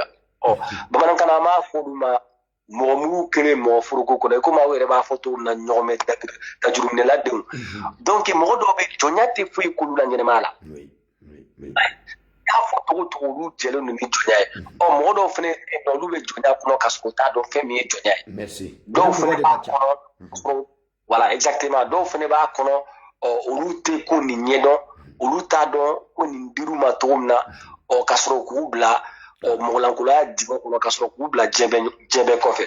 donc ne b'a dɔn hakili min bɛ farafin na farafin bɛ réfléchi cogo min na capacité min bɛ farafin na ka miirina ni dɔnni développer dugukolo sanfɛ ne wolofin y'a dɔn diɲɛ don o don ko ɲɛnɛmaya sigilen janfa de kan ne b'a dɔn an tɛ san 5 sɔrɔ ni bɛɛ lajɛlen ma hɛrɛ sɔrɔ farafin na donc hakili de bɛ baara ça permet exactement ça permet des capacités de réfléchir par eux-mêmes donc ça nous permet de voir d'autres visions et ça nous permet aussi de donner de confiance et croire en nous et an bɛ kan yɛrɛ fɛ o fɛnɛ la parce que mɔgɔ ni kɛr'i yɛrɛ fɛ i tɛ kɛ mɔgɔ wɛrɛ fɛ ni kɛr'i yɛrɛ fɛ i na i da balo ɲini i yɛrɛ ɲɛnɛmaya la ni maa yɛrɛ kɛl'i yɛrɛ fɛ aw b'a to i bɛ ka fɛn min ni avantage ba de b'i bolo o la quoi en un mot. Exactement yɛlɛma bɛ n'a ten tɔ de parce que farafin dɔrɔn de sɔnna siya wɛrɛw la dugukolo sanfɛ ka tɛmɛ ale yɛrɛ la donc i bɛna ye fɛnɛ ko in ka gɛlɛn kosɛbɛ kosɛbɛ janfa yɔrɔ ka jan kojugu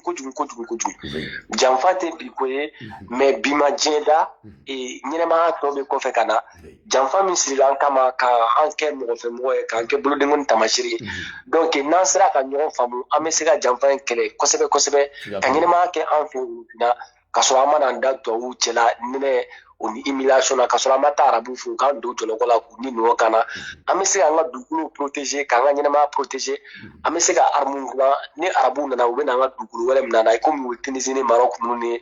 Égypte ni Algérie ninnu na cogo min na an bɛ ban an bɛ se k'an yɛrɛ défend parce que an filɛ don min na komi bi hali ni arabuw ko k'u b'an ka dugukolo wɛrɛ min na an tɛ se ni tubabuw sababuya tɛ walima ni chinois ni japonais sababuya tɛ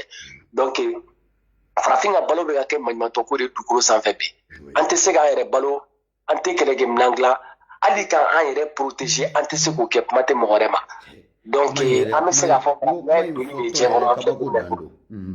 kuma in fɔli hali a man di Traoré wa tiɲɛ dun don dɛ tiɲɛ fɔli man di mais c'est la vérité Exactement, c'est pas évident à écouter, mais que faire? C'est quand même la vérité et les pires réalités en fait. Donc il faut que les gens se rendent compte quand même que nous vivons dans le monde quand même un peu brutal là. Donc c'est nous qui fait des frais en fait. En clair, nous n'avons pas de gens ou si gagne la nakaye bagan. Moi, on est dans la dîner n'dama. Ou ba fo kanye bagane. Ou mani bagane blam n'enklono. Ou historien ba fo. C'est normal. Oui. Ou a donné ma b'a fɔ ma wa liburu yɛrɛ kɔnɔna la u b'a confirmer parce que mɔgɔ tɛ se ka bɔ a yɛrɛ ka so sɔgɔmada fɛ ka na f'i ye ko ala kumara ale fɛ ko ala ko i k'a kɛ tan i bɛna jateminɛ k'a lajɛ olu ka ala inventé comme tubabuw b'a fɔ cogo min na la science fiction donc olu bɛ miirina ni kungilinna min ta ka ala miiri cogo min na u bɛna ɲɛfɔ anw ɲɛna ten tɔ de mais olu ka ala yɛrɛ fadama ma bɔ a yɛrɛ la wulufin ye diɲɛ den fɔlɔ ye n bɛna fɛɛrɛ kɛ ka kuma wulufinw fɛ wulufinw bɛ se k'u ka ɲɛnamaya kɛ cogo min na mais kuma o kuma olu ka ala de bɛ cikan don olu da ka n'a fɔ anw ɲɛna olu ka ala b'a fɔ bɛɛ fɛnɛ ko olu ka fisa ni anw ye o ka ala b'a fɔ o ɲɛna kuma bɛɛ fɛnɛ o kana fanga jira an na ka tila k'a fɔ n'an ma u bato u miirina n'u ka kungilinnaw kɛ ale ye suraka ala n'an don jahanama la bon n'i ye nin ko ninnu jateminɛ k'a lajɛ n'i sigi dɔɔni k'a ye i bɛna ye hakili de fanga dɔgɔyara minɛ parce que an ka jateminɛ k'a fɔ fɛnɛ farafinna jɔn de cayara ni hɔrɔn ye minɛ ni n ko jɔn cayara ni hɔrɔn ye mɔgɔ molobali o ni mɔgɔ barikabannen o de cayara ni dusu mɔgɔ mun na parce que ni i bɛ mɔgɔ ka jamana tiɲɛ ka mɔgɔ ka jamana halaki n'i taara bin dugu kan i bɛ min kɛ pour que ka dugu minɛ ka ni dungɔ ye jusqu'à l'éternité yanni hakili kuraw ka wolo yanni hakili kuraw ka ko faamu i b'o fɛɛrɛ de tigɛ pour que ka dugu minɛ k'a k'i ni nungɔ ye dugu in k'i sago kɛ bon n'i nana dugu kɔnɔ n'i binna dugu kan i bɛ dugu kalanbagaw mɔgɔ minnu hakili dalen don n y'a fɔ n ka kuma daminɛ la n ko kalan o ni sɛbɛnni tɛ kelen ye hakili dalen ni sɛbɛnni tɛ kelen ye mɔgɔ ka bɔ ko kalama min hakili o ni sɛbɛnni tɛ kelen donc dugu cɛfarinw o ni dugu mɔgɔ minnu bɛ dugu fɛ mɔgɔ minnu bɛ u siyaw fɛ mɔgɔ minnu b'a fɛ u ka dugu ka taa ɲɛ u bɛ nin bɛɛ lajɛlen de faga i m'a ye donc ni nin bɛɛ lajɛlen fagara sa u bɛ fugadenw kɛ ɲɔgɔn kan donc mɔgɔ mugu kɛlen mɔgɔ foroko kɔnɔ ye voilà u bɛ olu don ni ɲɔgɔn fɛ bon ni ye histoire yɛrɛ ta k'a lajɛ dɔɔni i bɛna ye arabu bɔra u ka jamana fɛn cogo min na l'empire romain nana bi anw kan cogo min na k'an ka jamanaw minɛ ka jigin fo Espagne na u sera fo Poitiers i bɛ n'a ye u nana an fɛ o y'a sɔrɔ c'est que amala ninnu de fanga ka bon dɔɔni i m'a ye o y'a sɔrɔ yɛrɛ Mandinkaw yɛrɛ b'u waso ko Mandinka hakili ka don o y'a sɔrɔ u bɛɛ bi cɛ ɲɔgɔn kan ka taa Tombouctou kalan na donc Afrique de l'Ouest mɔgɔ bɛɛ lajɛlen bɛ taa Tombouctou bɛ taa arabu kalan kɛ donc arabu b'u ka mercenaires bila ka na an fɛ yen donc tubabuw tunna an fɛ don min na u ye arabu ka école bɛɛ lajɛlen ci i m'a ye u ye arabu école fɛn fɛn tun bɛ farafinna u y'a bɛɛ ci donc Cheikh Amala ninnu taara o ganga ne fɛ Samori Touré ninnu taara o ganga ne fɛ mɔgɔ bɛ yen k'i bɛ arabuya lafasa ko arabuya influence bila u y'a bɛɛ lajɛlen faga i m'a ye o kelen k'a bɛɛ lajɛlen faga sisan u sɔrɔla ka tubabu école jɔ ka u ka professeurs former ka sɔrɔ ka n taara ma fɔ cogo min na ka tubabu ka miirina ni kuntilenna don an na Afrique de l'Ouest la o ɲama de filɛ an fɛ bi i b'a ye o de y'a to Côte d'Ivoire n'i tɛ français fɔ mɔgɔw b'a kɛ i b'a fɔ i ye lahalatɔ ye je suis fier de mon pays parce que on est quand même l'un des rares pays en Afrique qui a su garder sa langue natale donc an bɛ se an ka mɔgɔkɔrɔw n'an bɔnnaw fo la an ka kan in ma tunu wa an b'a fɔ kosɛbɛ an ka jamana kɔnɔ o ye wasoko de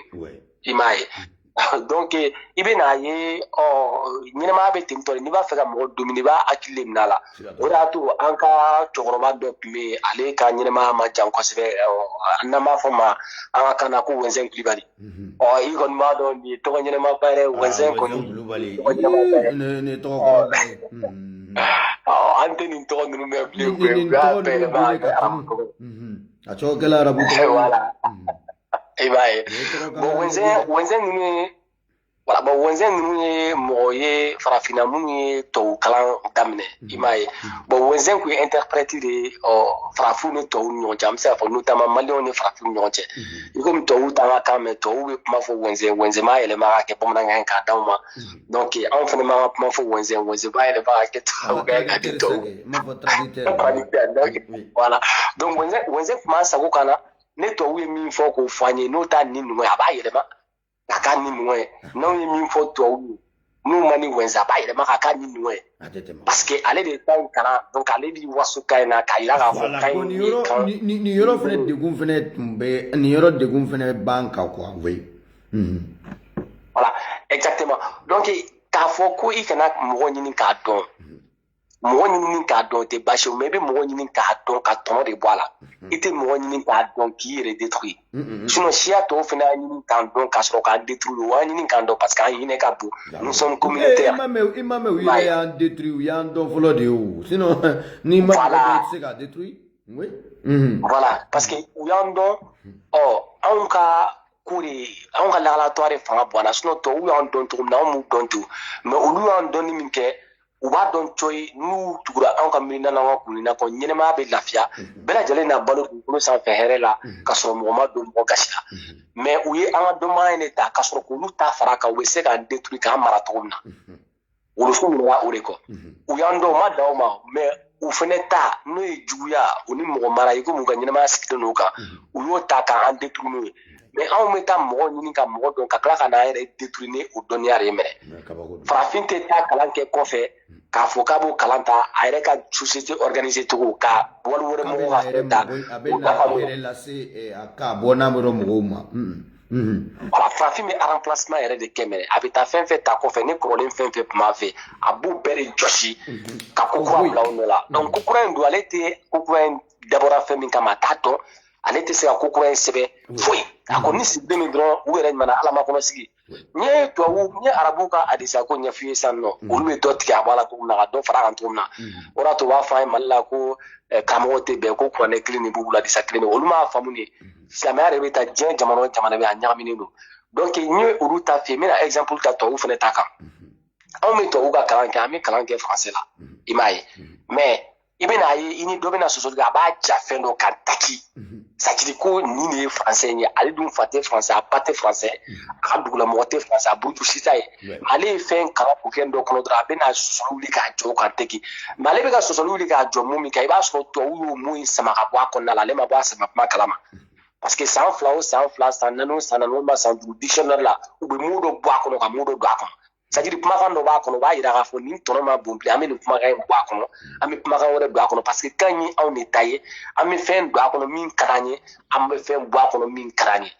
donc e min b'a ta anw nɔfɛ i b'a bila i b'a ta anw ka dabada ma donc ɲɛnɛmaya bɛ ta ten. siga de b'o la mɔgɔ se min bɛ ka kalan u nɔfɛ jagoya i b'a ta u ka dabada de la c'est normal. Exactement. Donc an ka ɲɛnɛmaya sigilen mun nkalon de kan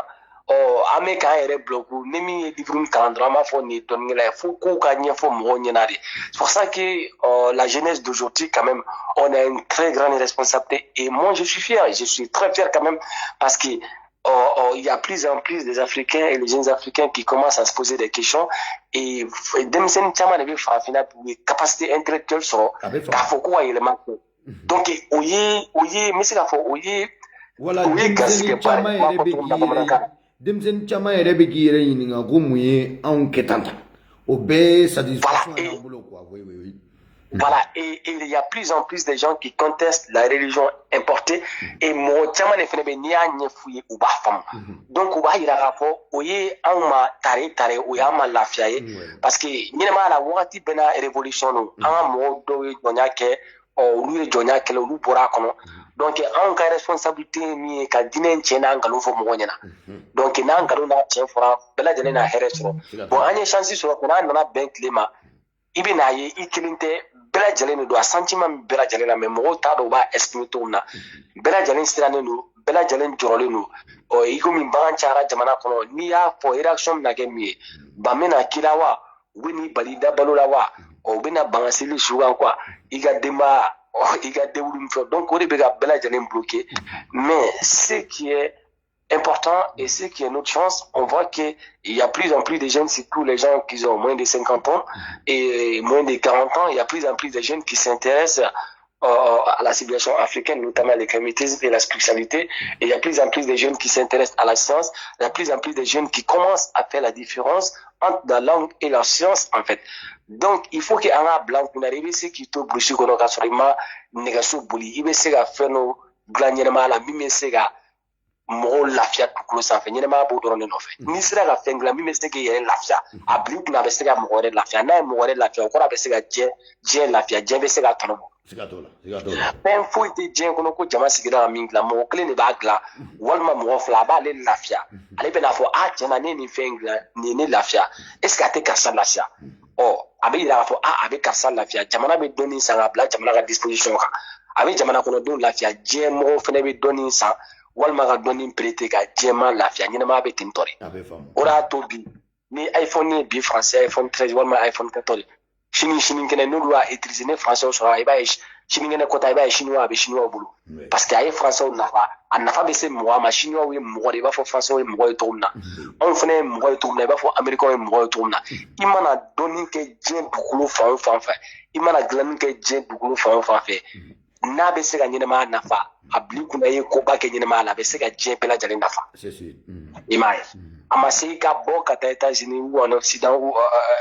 ou en Asie ou au Japon ka taa i ka dɔnni développer n'i b'i sigiyɔrɔ la fɛn kɛ dɔrɔn min bɛ se ka nafa ɲa ɲɛnɛmaya ye diɲɛ bɛɛ lajɛlen b'a tɔgɔ ɲɔgɔn fɛ wa diɲɛ bɛɛ b'i ka ko dɔn i ko la dɔn donc farafin ye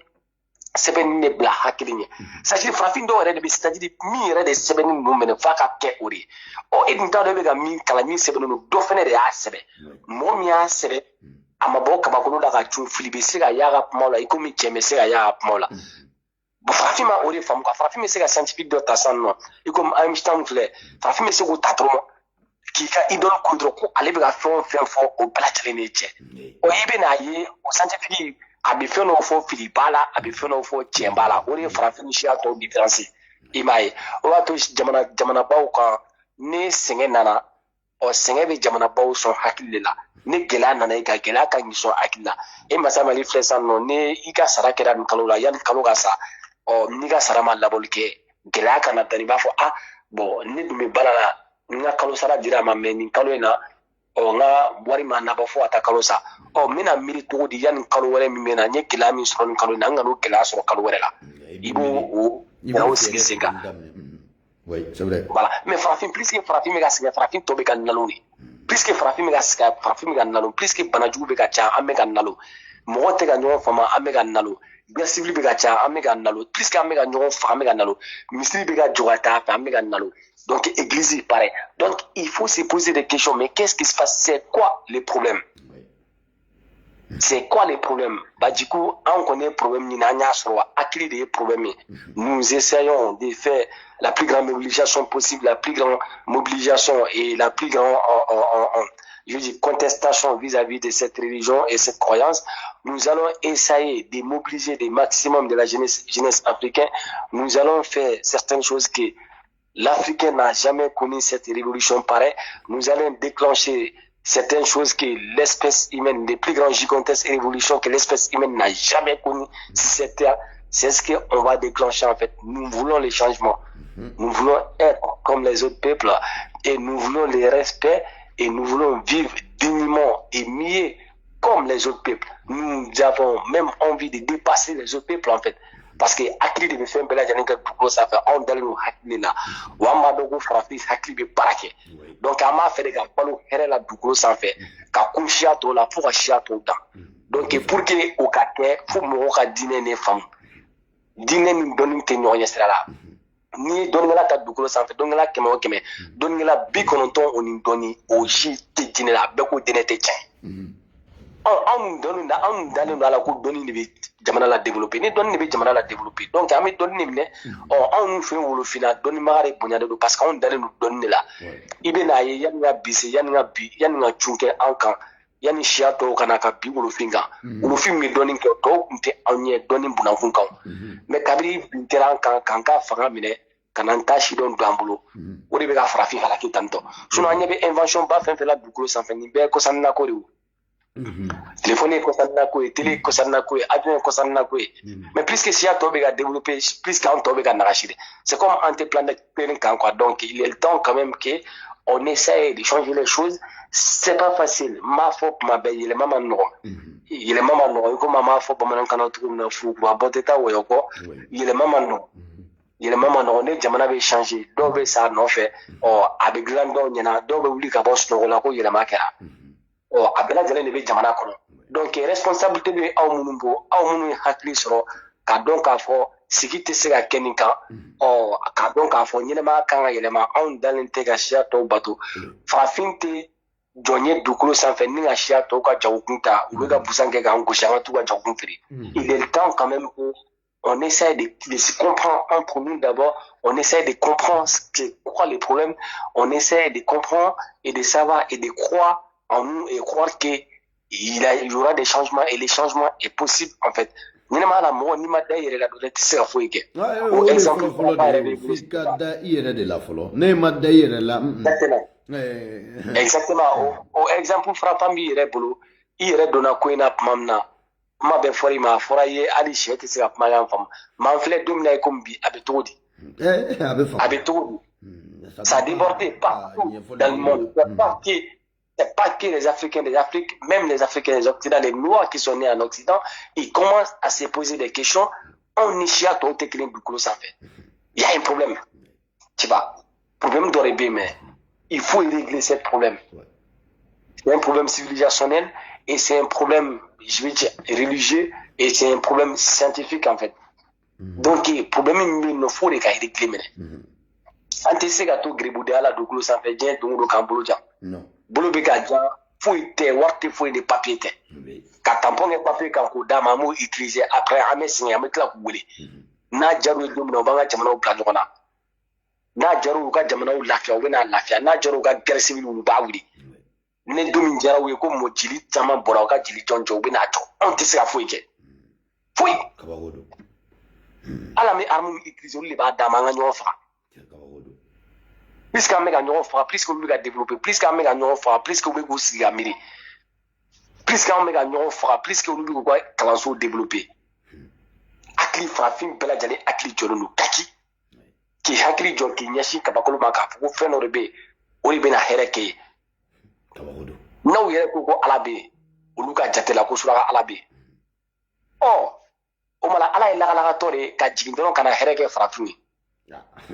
mais Dieu va s'occuper de tout le monde. ala min yɛrɛ ma dɔ farafinw fɛ dɛ fɔ ala min ye mɔgɔ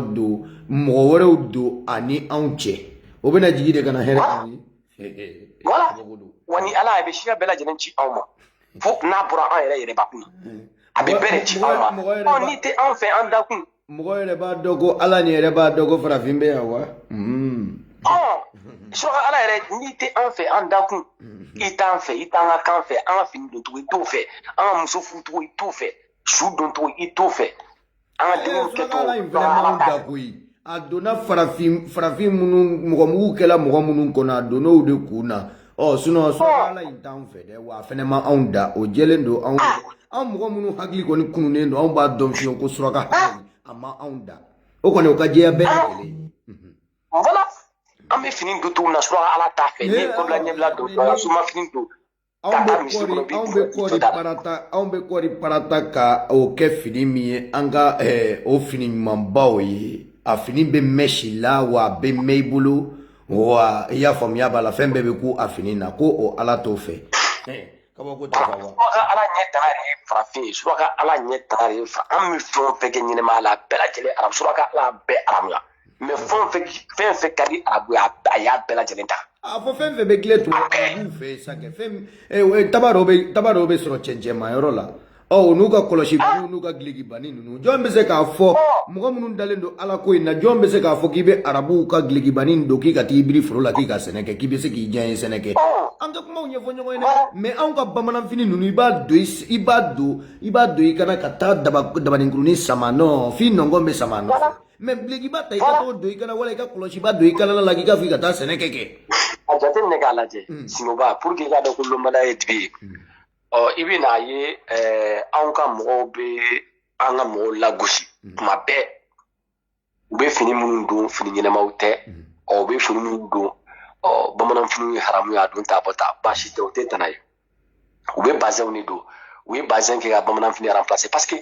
tɔw b'a fɔ cogo min na aliénation de don k'i ba i yɛrɛ la c'est à dire fɛn o fɛn ye farafinya la k'a bɛɛ lajɛlen détester olu de kan na quoi olu bɛ taa bazɛn minnu don ka t'u sigi u ka mawuludikɛyɔrɔ la u bɛ bazɛn minnu don ka t'u sigi misiri kɔnɔ dawakɛw la u bɛ misiri gorojiba minnu don ka wajulu ni fɛn mamatɔw fɛn min don mais n ko gorojɛgɛninw de b'a dilan u t'a dilan yɔrɔ dɔn n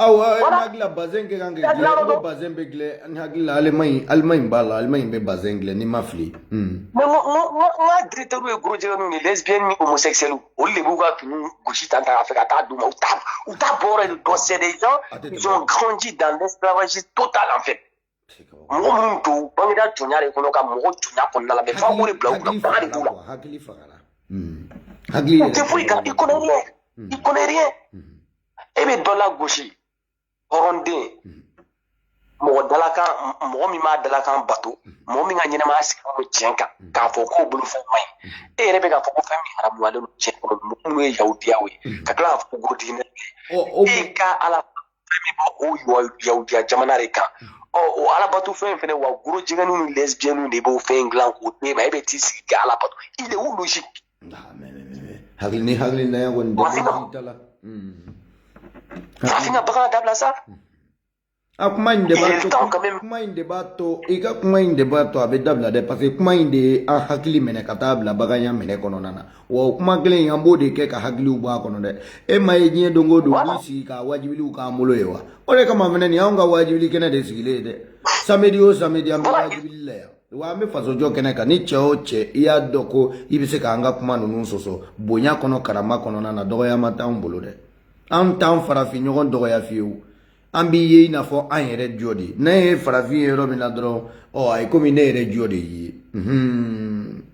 Voilà, donc le problème c'est quoi? Nous allons déclencher la révolution spirituelle partout sur le continent. Nous allons réactiver la mémoire et l'intelligence des peuples africains en fait. Hakili l'amène à réactiver. Kaira Mohola Rafo, oui, Binkeran quand, si c'est mon méca, on fait un peu finance, c'est pas normal. Donc il est le temps qu'on se donne la main et on donne d'autres visions sur notre continent. En continent, quel est notre continent? Banabato, continent de Wolo finirait quel est notre doguin, en quel est notre nouveau fait. Ni tara diɲɛ yɔrɔ yɔrɔ bi kɛlɛ min bɛ bi dunankɛ kɛlɛ de don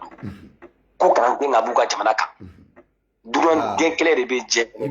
i mana taa diɲɛ jamana baw fɛ immigration ko kuma de bɛ Ibi haketo grand frère li donna kene kono Gawusu Goita ko foli be aye temeni kuma ye. Ok, a foli no dante foli na. Donc m'a fait k'a fɔ donc i nana diɲɛ jamanabaw fɛn fɛn kan bi. Débat min bɛ télé la politique mɔgɔ mana débat daminɛ que ça soit présidentiel législatif dunanko kuma de bɛ yen nɔ dunanw ka ca an fɛ yen aw y'u gɛn ka bɔ an ka jamana kan dunanw b'an ka jamana kan mɔgɔ ɲɛnɛmaw tɛ dunanw b'an ka jamana kan aw y'u gɛn bon nin bɛ ka kɛ aw ɲɛna aw bɛɛ lajɛlen ɲɛ bɛ nin na taayɔrɔ dun tɛ an na sigiyɔrɔ t'an na bawo ɲɛnɛmaya bannen don an na i mana taa diɲɛ yɔrɔ o yɔrɔ i gɛnnen don farafin mana taa diɲɛ yɔrɔ o yɔrɔ a gɛnna tubabu yɛrɛ fana ka fisa ni arabu ye bawo dɔnnenlen b'olu fɛ tubabu kɔni ka fisa ni arabu ye an tɛ an yɛrɛ faga kɔgɔjiw sanfɛ de na tubabu jamana de kan nin an ko fɛn dɔ de b'o kɛ o yɔrɔ ma na an b'o sigi k'o fɔ n biyan voilà a jateminɛ k'a lajɛ n'an ye hakili bila ka taa voyage la k'an sigi k'an bolo jan ka suraka ala kɔnɔ donc i bɛ n'a ye tubabuw ta ka jamana de u bɛ min fɛn min ka di u b'o de kɛ i b'a dɔn olu ka jamana bɛ boli ni sariya de bon an k'a kɛ sisan nɔ extrême droite ka fanga ta tubabu jamana kan wolofinw ka ca yɔrɔ min na donc o k'a yira k'a fɔ bon an bɛ papier ko in jɔ de toute façon tubabuw ta u bɛ papier ko dabila u bɛɛ k'i sigi n'o ye donc n'u ye papier ko jɔ an bandima minnu ye kɔgɔji ni bateau ni fɛnw ta ka na sisan nɔ k'u bɛ n'u dahirimɛ ɲini donc u obligé don ka ninnu bɛɛ lajɛlen cɛ ka taa farafinna parce que ni papier t'u bolo n'i bila ka tigɛ jamana kan bon hali ni papier b'i bolo f'a ka kɛ papier assuré n'o parce que ni papier b'i bolo ni vie privée vie familiale tɛ ni contrat de travail don n'i ka contrat banna u b'a fɔ ko k'a jɔ ko k'i latigɛ jamana kan bon mɔgɔ minnu bɛ miliyari d'u ka jamana kan sa mɔgɔ ka balo donc n'an taara an bɛna an sigi ka ɲɔgɔn sugu dun wa fɔ an ka balo de donc o de kama bana furakɛ o ka fisa bana kunbɛn o ka fisa ni bana furakɛ il est temps que farafinw k'a bila u kun na oui c'est possible mɔgɔ si tɛ connaissance tɛ mɔgɔ si ka gulokiba baara kɔnɔ ko ni mɔgɔ min ja i b'a bɔ k'a d'o ma connaissance hakili personne a la monopole de la connaissance en fait personne n'est détenteur de la connaissance donc hakili banna an bɛ se ka fɛn caman kɛ il suffit juste que hakili ninnu ka diriger k'u raisonner en fait k'u diriger k'u bila yɔrɔ ɲɛnama kan yɔrɔ min na u bɛ se ka raisonner u yɛrɛ k'a yira k'a fɔ donc an bɛ se ka balo hɛrɛ la ka sɔrɔ an mago ma jɔ siya tɔw la e delila ka hakili singa tɔ hakili tɛ singa o fɛn bɛɛ kɔni bɛ sigi a fɔ hakili dɛ donc ni hakili tɛ singa a b'anw fɛ a disposeren don anw fɛ mun an t'a bila ka baara kɛ a sirilen de don o de donc an kana baara kɛ ni émotion ye parce que arabu ni tubabu ye an bila ka baara kɛ ni émotion de aujourd'hui le peuple noir vit dans l'émotion i komi kuranɛ yɛrɛ b'a fɔ u ye cogo min na ko mɔgɔninfin bɛ miiri ni dusukun de mɔgɔ nin tɛ se ka miiri ni dusu i bɛ miiri ni hakili de siya tɔw bɛ ka miiri ni hakili anw bɛ ka miiri ni dusukun de parce que dusukun ni minɛra k'o bila hakili place la donc voilà donc fo an k'a bila an kun na mɔgɔ kelen bɛ se ka ɲɛnɛmaya yɛlɛma vu qu'on est beaucoup, on est nombreux et super ultra nombreux en fait. Oui, c'est possible, le changement est possible. Avec le temps, les prochaines générations vont comprendre que oui, à monter en doucou sans faire, bandé à la, à messer à balou, et la casse, à ma jos, à mon majosia tola, il est maïs donné. Donc il faut en ajater les gars là, on est mis en direct doucou sans faire, chiafou ma andré. Gela min dara on kan, joma min kera on a, destruction min kera on a continent ka kono fenke a tellement mne. Chiafou ma amake chiafou la doucou sans faire. On venait gela mi jola on a ni a jola chiao chiala doucou kono na obetunu. C'est gata là de. Exactement. Voilà donc gela un bon ko doucou de ou nana frafi le ma ka ke dine mo ka akili re boy pew. OK là. Ka nta shi don dama ka so ka bla u ka jonya minen konna la ka mentini jonya konna la u be fen kila yere nyeba la mentini mo akili do ila ite se ki yere bwabu tu vois donc mo mun bangira jonya konna la e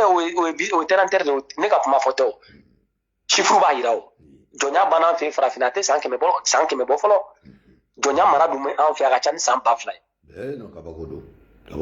donc nous la jonya ko fait ka échapper le système donc il faut qu'on se donne la main après tout nous sommes des Africains ni en mo jatel de gala itaye ante ga chiawre demain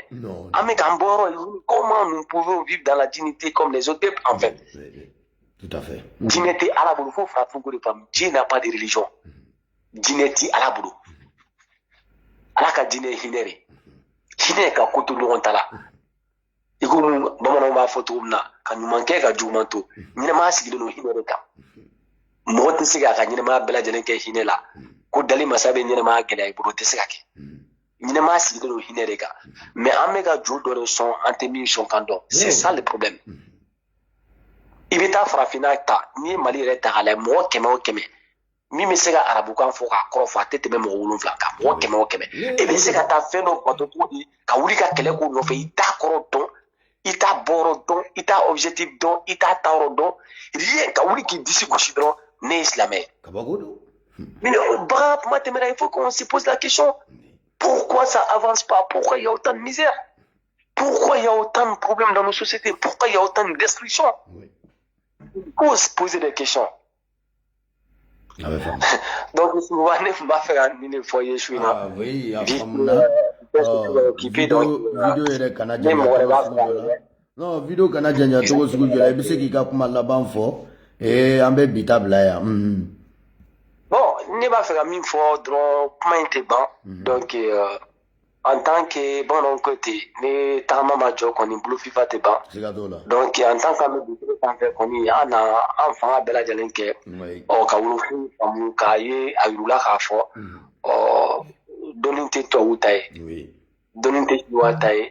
Oh, doninte japonais tai. Doni hakili de tai. Oui. Ou dili ou vous si gagnez ma naje. O ka hakili bla minen kono pour que ambela jale me sega here so wolo fina o ka blu kuna mo mu me ka we bolila ma mu no fe o ko do ma o do ka ru na ka fo livre kala na dron donc en fait dans le monde l'Afrique est le continent moins alphabétisé au monde ko ma kala ko sebe donc kala ye ko bay ubulo o nana kala ne yelma ke doni bo shia to fene ya dabo ore kama o ka bla wulu nani kalan ke ni sira ga niveau kalan ka se niveau do ma donc yi don kala donc u ka blu kuna ya o ya yere yare nyonte ni na mala itese ga ke fuyi ni mo rete ale ba fo bamanan kana yiri ku me ci la tese ga ke pamay itese ga ke mo ni rete itese ga ke fuyi ni na mala ni rete o kama u ya jagwa fanga sigi je roro dukulu sa fa manyana bo u ya jagwa fanga sigi shini amanyana bo o anlew ye min ke shinwa were la o juara ere netto ye min kana Afrique do sila wati do sira anlew de sira shinwa la ku do ga dina o u ye jago kelaw ni sneklo ka furu bela challenge abe katasma bla bela ka beji sura ga dinne mo be ko kana parce que anga nyo fene u be kata anga nyo balo kane ka to fene jinde ni duye ma ka balo jininga bwa bolo jago ya ni ko ya mena basi robla yeni sura ala mo be kana islamé u be ko de kana net na vo jadi si u ne o fo de ngo islamé u de do voilà donc ma fa mi ma konna la ma fɛ ka min fɔ a kɔnɔna la fo mɔgɔw ka an b'a fɔ bamanankan na bi bɔra kunu la sini fɛnɛ bɛ bɔ bi la fo mɔgɔw ka kunu ta k'a lajɛ fɛn min kɛra ɲɛnɛmaya la mɔgɔw donna diinɛ na cogo min na a bɛ fɔ olu de ma sini o dugu ma hali sini ko les convertis jiri anglais kelen ka u ka foro n'u ka fɛn bɛɛ lajɛlen jeni sɛnɛkɛ kuma nana na se u ma se ka sɛnɛ sɔrɔ ka kɛ bawo u ka ɲɔ ɲɛlen ni fɛn bɛɛ lajɛlen jenina anglais ye foro min sɛnɛ k'o kɛ jɔnyaforo u bɛ mɔgɔw ta ka taa foro sɛnɛ foro ɲalen malo ni fɛnw ɲana donc komi dugudenw tɔw jamana kɔnɔdenw tɔw olu ka malo ni fɛnw jenina dumuni t'u bolo anglais de bɛ u wele sa nɔ ka ɲɔ bɔli ɲɛ kelen ta et puis prêtres de b'u ɲɛfɛ dɛ k'i converti chrétien la i bɛ buda minɛ milina na i b'o bila ka sɔrɔ ka malo d'i ma pour que i bɛ se ka balo hinɛ bɛ min diinɛ ko tɛ hinɛ bɛ min a bɛ faamu diinɛ t'o la dɛ donc o kɔfɛ voilà au kɔfɛ o ye chinois caman sɔrɔ ka dugu ka chrétien la nka an filɛ don min na bi la Chine c'est le premier pays à tout le monde on peut dire la Chine fait partie l'un des pays plus développés au monde dans tous les domaines tu vois donc k'a yir'i la k'a f'i ye dɔrɔn siya bɛɛ ni donya ye ne ni bagaya in affronté dans leur parcours en fait d'une manière ou d'une autre on est à fanga bɔ an na kosɛbɛ u ye ko caman de kɛ anw na et puis anw ne ta fanga bɔ an na kosɛbɛ anw de kan ka miiri sɔrɔ ka hakili sɔrɔ u ka latigɛ de tun ye k'an bɔ dugukolo sanfɛ an échappé o bolo donc an kan ka miirina ni kunkilenna min sɔrɔ sa o ye an bɛ se k'an yɛrɛ protéger cogo min na parce que tellement u y'an dan hakili la c'est-à-dire hali n'u ko k'an tɛ balo bi an tɛ balo vraiment donc mɔgɔ dɔw b'a fɔ u y'an da hakili kɔni na n sɔnnen don o ma dɛ u y'an da Voilà. Bon, ni a trois fo baganw ye an kɔlɔsi dɔɔni kan an kɔfilɛ kulu la k'a yira k'a fɔ fɛn dɔw kun sigilen sen kan an bɛ se ka fɛn wɛrɛw sigi sen kan ka ɲɛnɛmaya lasabati ka sɔrɔ an ma jɔ mɔgɔ la u bɛna fɔ a ye k'an bɔnnaw ye o tɛ baasi o kuma jaabi ka nɔgɔn an bɔnnaw ni siya tɔw tun bɛ niveau kelen na min ye dɔɔni ta bunanku ye anw de ma fɛn kɛ anw de bɛ sunɔgɔ la avion dilanna tuma jumɛn ayi an bɔ mɔgɔ min ɲininka na ko an bɔnnaw ye mun kɛ o ɲininkali ka nɔgɔ dɛ karamɔgɔ ɲamanto parce que n'i y'a jateminɛ an bɔnnaw ye ɲɔ dɔ danni fɛn ye nka nana jɔn de nana fɔ an bɛnbaw ɲɛna ko ɲɔ ko ni simiya sera k'i ka taa da n k'u yɛrɛ u y'u sigi k'u hakili la miiri k'o kɛ de fɔlɔfɔlɔ u tun bɛ ɲɔ si wuu kan u nana ye dumuni mɔgɔ nana caya balo dunta nana caya o ma kolon inventer ka fara a kan wa anw sera ka mun inventer ka fara kolon kan sisan anw yɛrɛ kɛɲɛna anw nana sɔrɔ u bɛ min kɛ n'i y'a jateminɛ numu tun bɛ se ka bamanan marifa dilan français jihadistes tun t'a dɔn marifa hakɛ min b'an bolo vous voyez a tɛ se ka fɔ an bɛnbaw ma baara kɛ dɛ an bɛnbaw ye baara kɛ anw de m'a kɛ k'a fɔ ɲɛnɛmaya la dɔrɔn dan tɛ hakili la sebaa bɛ hakili de bolo sebaa bɛ hakili ka minɛ de kɔnɔ bon i bɛna dɔn dɔrɔn ko an hakili de taara yɔrɔ min na kabiri jɔnya in fanga bɔ an na an fɛ an ye dɔnni bila k'an gulon kuranɛ la k'a yira k'a fɔ ko suraka ala de bɛ fɛn bɛɛ lajɛlen kɛ n'i ye duwawu kɛ o de bɛ hɛrɛ di ka jamana kan i bɛna ye tubabuw fɛ yen nɔ dan tɛ hakili la tellement que hakili fanga ka bon si ka dɔgɔ hakili ma an filɛ don min na komi bi peut-être luna nataw la ne médecine développée la walima ne dɔnni wɛrɛw nana min bɛ se ka banakisɛw bɔ mɔgɔ si la mɔgɔ farikolo la n'i bɛ se ka si caman sɔrɔ bawo saya ye sababu de ko tɛ kɛ sababu tɛ n'i bɛ sa bana dɔ de b'i faga o bana minnu bɛ mɔgɔ farisogo sɛgɛn k'a ɲɛnɛmaya tigɛ la ne vaccin sira ka sɔrɔ walima ne fura sira ka sɔrɔ min bɛ se ka mɔgɔ si janya kosɛbɛ ne bolo u bɛ kusa ɲɛnɛmaya ma bon i bɛn'a ye hakili fanga ka bon ni si ye dan tɛ hakili de la par exemple i bɛn'a ye dɔ bɛ na téléphone dɔ dilan sisan nɔ iPhone peut-être 20 dilan k'a bila bon i b'a sɔrɔ yɔrɔ la mɔgɔ si hakili tɛ yen nɔ min bɛ se k'ale hakili da yɔrɔ la ale b'a ka ɲɛnɛmaya kɛ ka sa mais mɔgɔ wɛrɛ min bɛ na o kɔfɛ i b'a sɔrɔ o ye baara nɔgɔya ale ye o tigilamɔgɔ tɛna sigi tuguni n bɛ iPhone 1 dilan n bɛ 2 dilan n bɛ 3 dilan fo ka taa bila 20 ka yɛlɛ o tigi sanfɛ o bɛ a ta dɔrɔn dɔnni kalifara min na o b'a ta iPhone 20 na dɔrɔn ka yɛlɛ ka fɛn wɛrɛ fara kan k'a yɛlɛ iPhone 25 fo ka taa fo 30 la min fana bɛ na o kɔfɛ o b'a ta 30 la ta dɔnni danni tɛ hakili la an dun bɛɛ mɔgɔ kelen de dɛ mais an ka époque ma kɛ ɲɔgɔn ɲɛna dɔ nana époque dɔ la o ye chance sɔrɔ k'a sɔrɔ hakili dɔ ye baara kɛ ka bila ale ɲɛ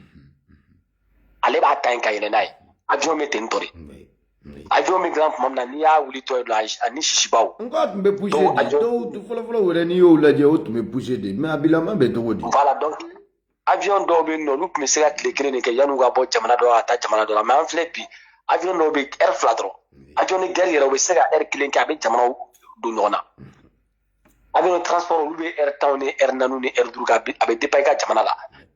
ni dɔ nana o nana sɔrɔ min na o b'a ta ka taa n'a ye mais anw filɛ hali n'an wolola bi an bɛ mun de ta k'an b'o progresser n'a bɔra kuranɛ la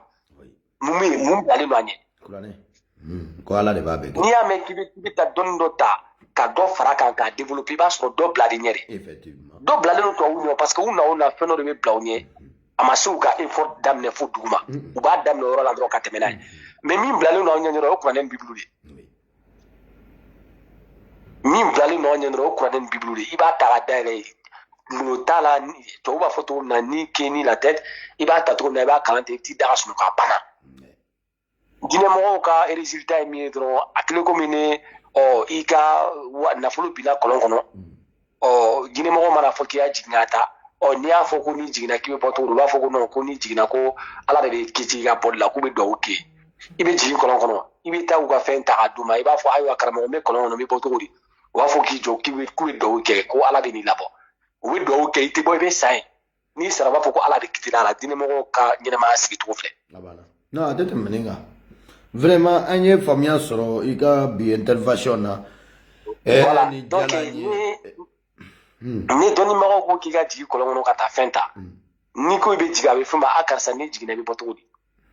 i bɔcogo bɛ ɲɛɲini n'i jiginna n'i ye fɛn ta k'a labɔ jurukisɛ bɛ d'i ma i b'o minɛ ka bɔ dɔnni ni diinɛ danfara filɛ tɔnɔ foyi tɛ diinɛ la ɲɛnɛmaya la k'a fɔ dɔrɔn yanni ka bɔ kuma la an ka ɲɔgɔn faamu farafinw ka ɲɔgɔn faamu an ka ɲɔgɔn kɛnɛba in dabila jelibɔnba in dabila fɛn wɛrɛ bɛ an ɲɛ min ka jugu ni an yɛrɛ bamananw ko ten ci wɛrɛ bɛ muso b'a la min tɛ sɛsi bɔ ye min bɛ anw kɔ n'an y'a yɛlɛma k'u lajɛ min ka ye wolofin bɛɛ lajɛlen ma tigɛ di ɲɔgɔn ma k'an sigi ka kuma bawo ɲɛnɛma an kɔrɔla siya foyi t'a fɛ an ka développer u kɛlen don k'an bila mɔgɔ bato de la k'o ye alabato ye donc ne bɛ min nɔfɛ dɔrɔn o ye bɛn ne mɔgɔw ka ɲɔgɔn faamu de voir comment on peut discuter dans la paix essayer de trouver une alternative ou mieux organiser le monde de demain pour dire mɔgɔ minnu bɛ na an kɔfɛ ka u pousser k'u kɛ dɔnni kan et puis an dɔgɔninw o ni an yɛrɛ an ka ɲɛnɛmaya bila dɔnni ɲinini na ka ɲɔgɔn faamu pour que an bɛ se ka ɲɛnɛmaya kɛ lafiya la cogo min na sanfɛ donc m'a fɛ ka bɔ kuma la de. Ok, vraiment i ka bi intervention diyara n ye ayiwa ɲamantɔn an bɛ sɔn kɛ an b'i bila yan an b'a fɔ ko OTEP i da sɔgɔ sima. nin tun ye karamɔgɔ ɲamantɔn mankan ye ayiwa golofindenw a kɔni a y'o ye dɛ an y'o de fɔ n ko an da tɛ minɛ tuguni k'a bila bɔrɔsi kɔnɔ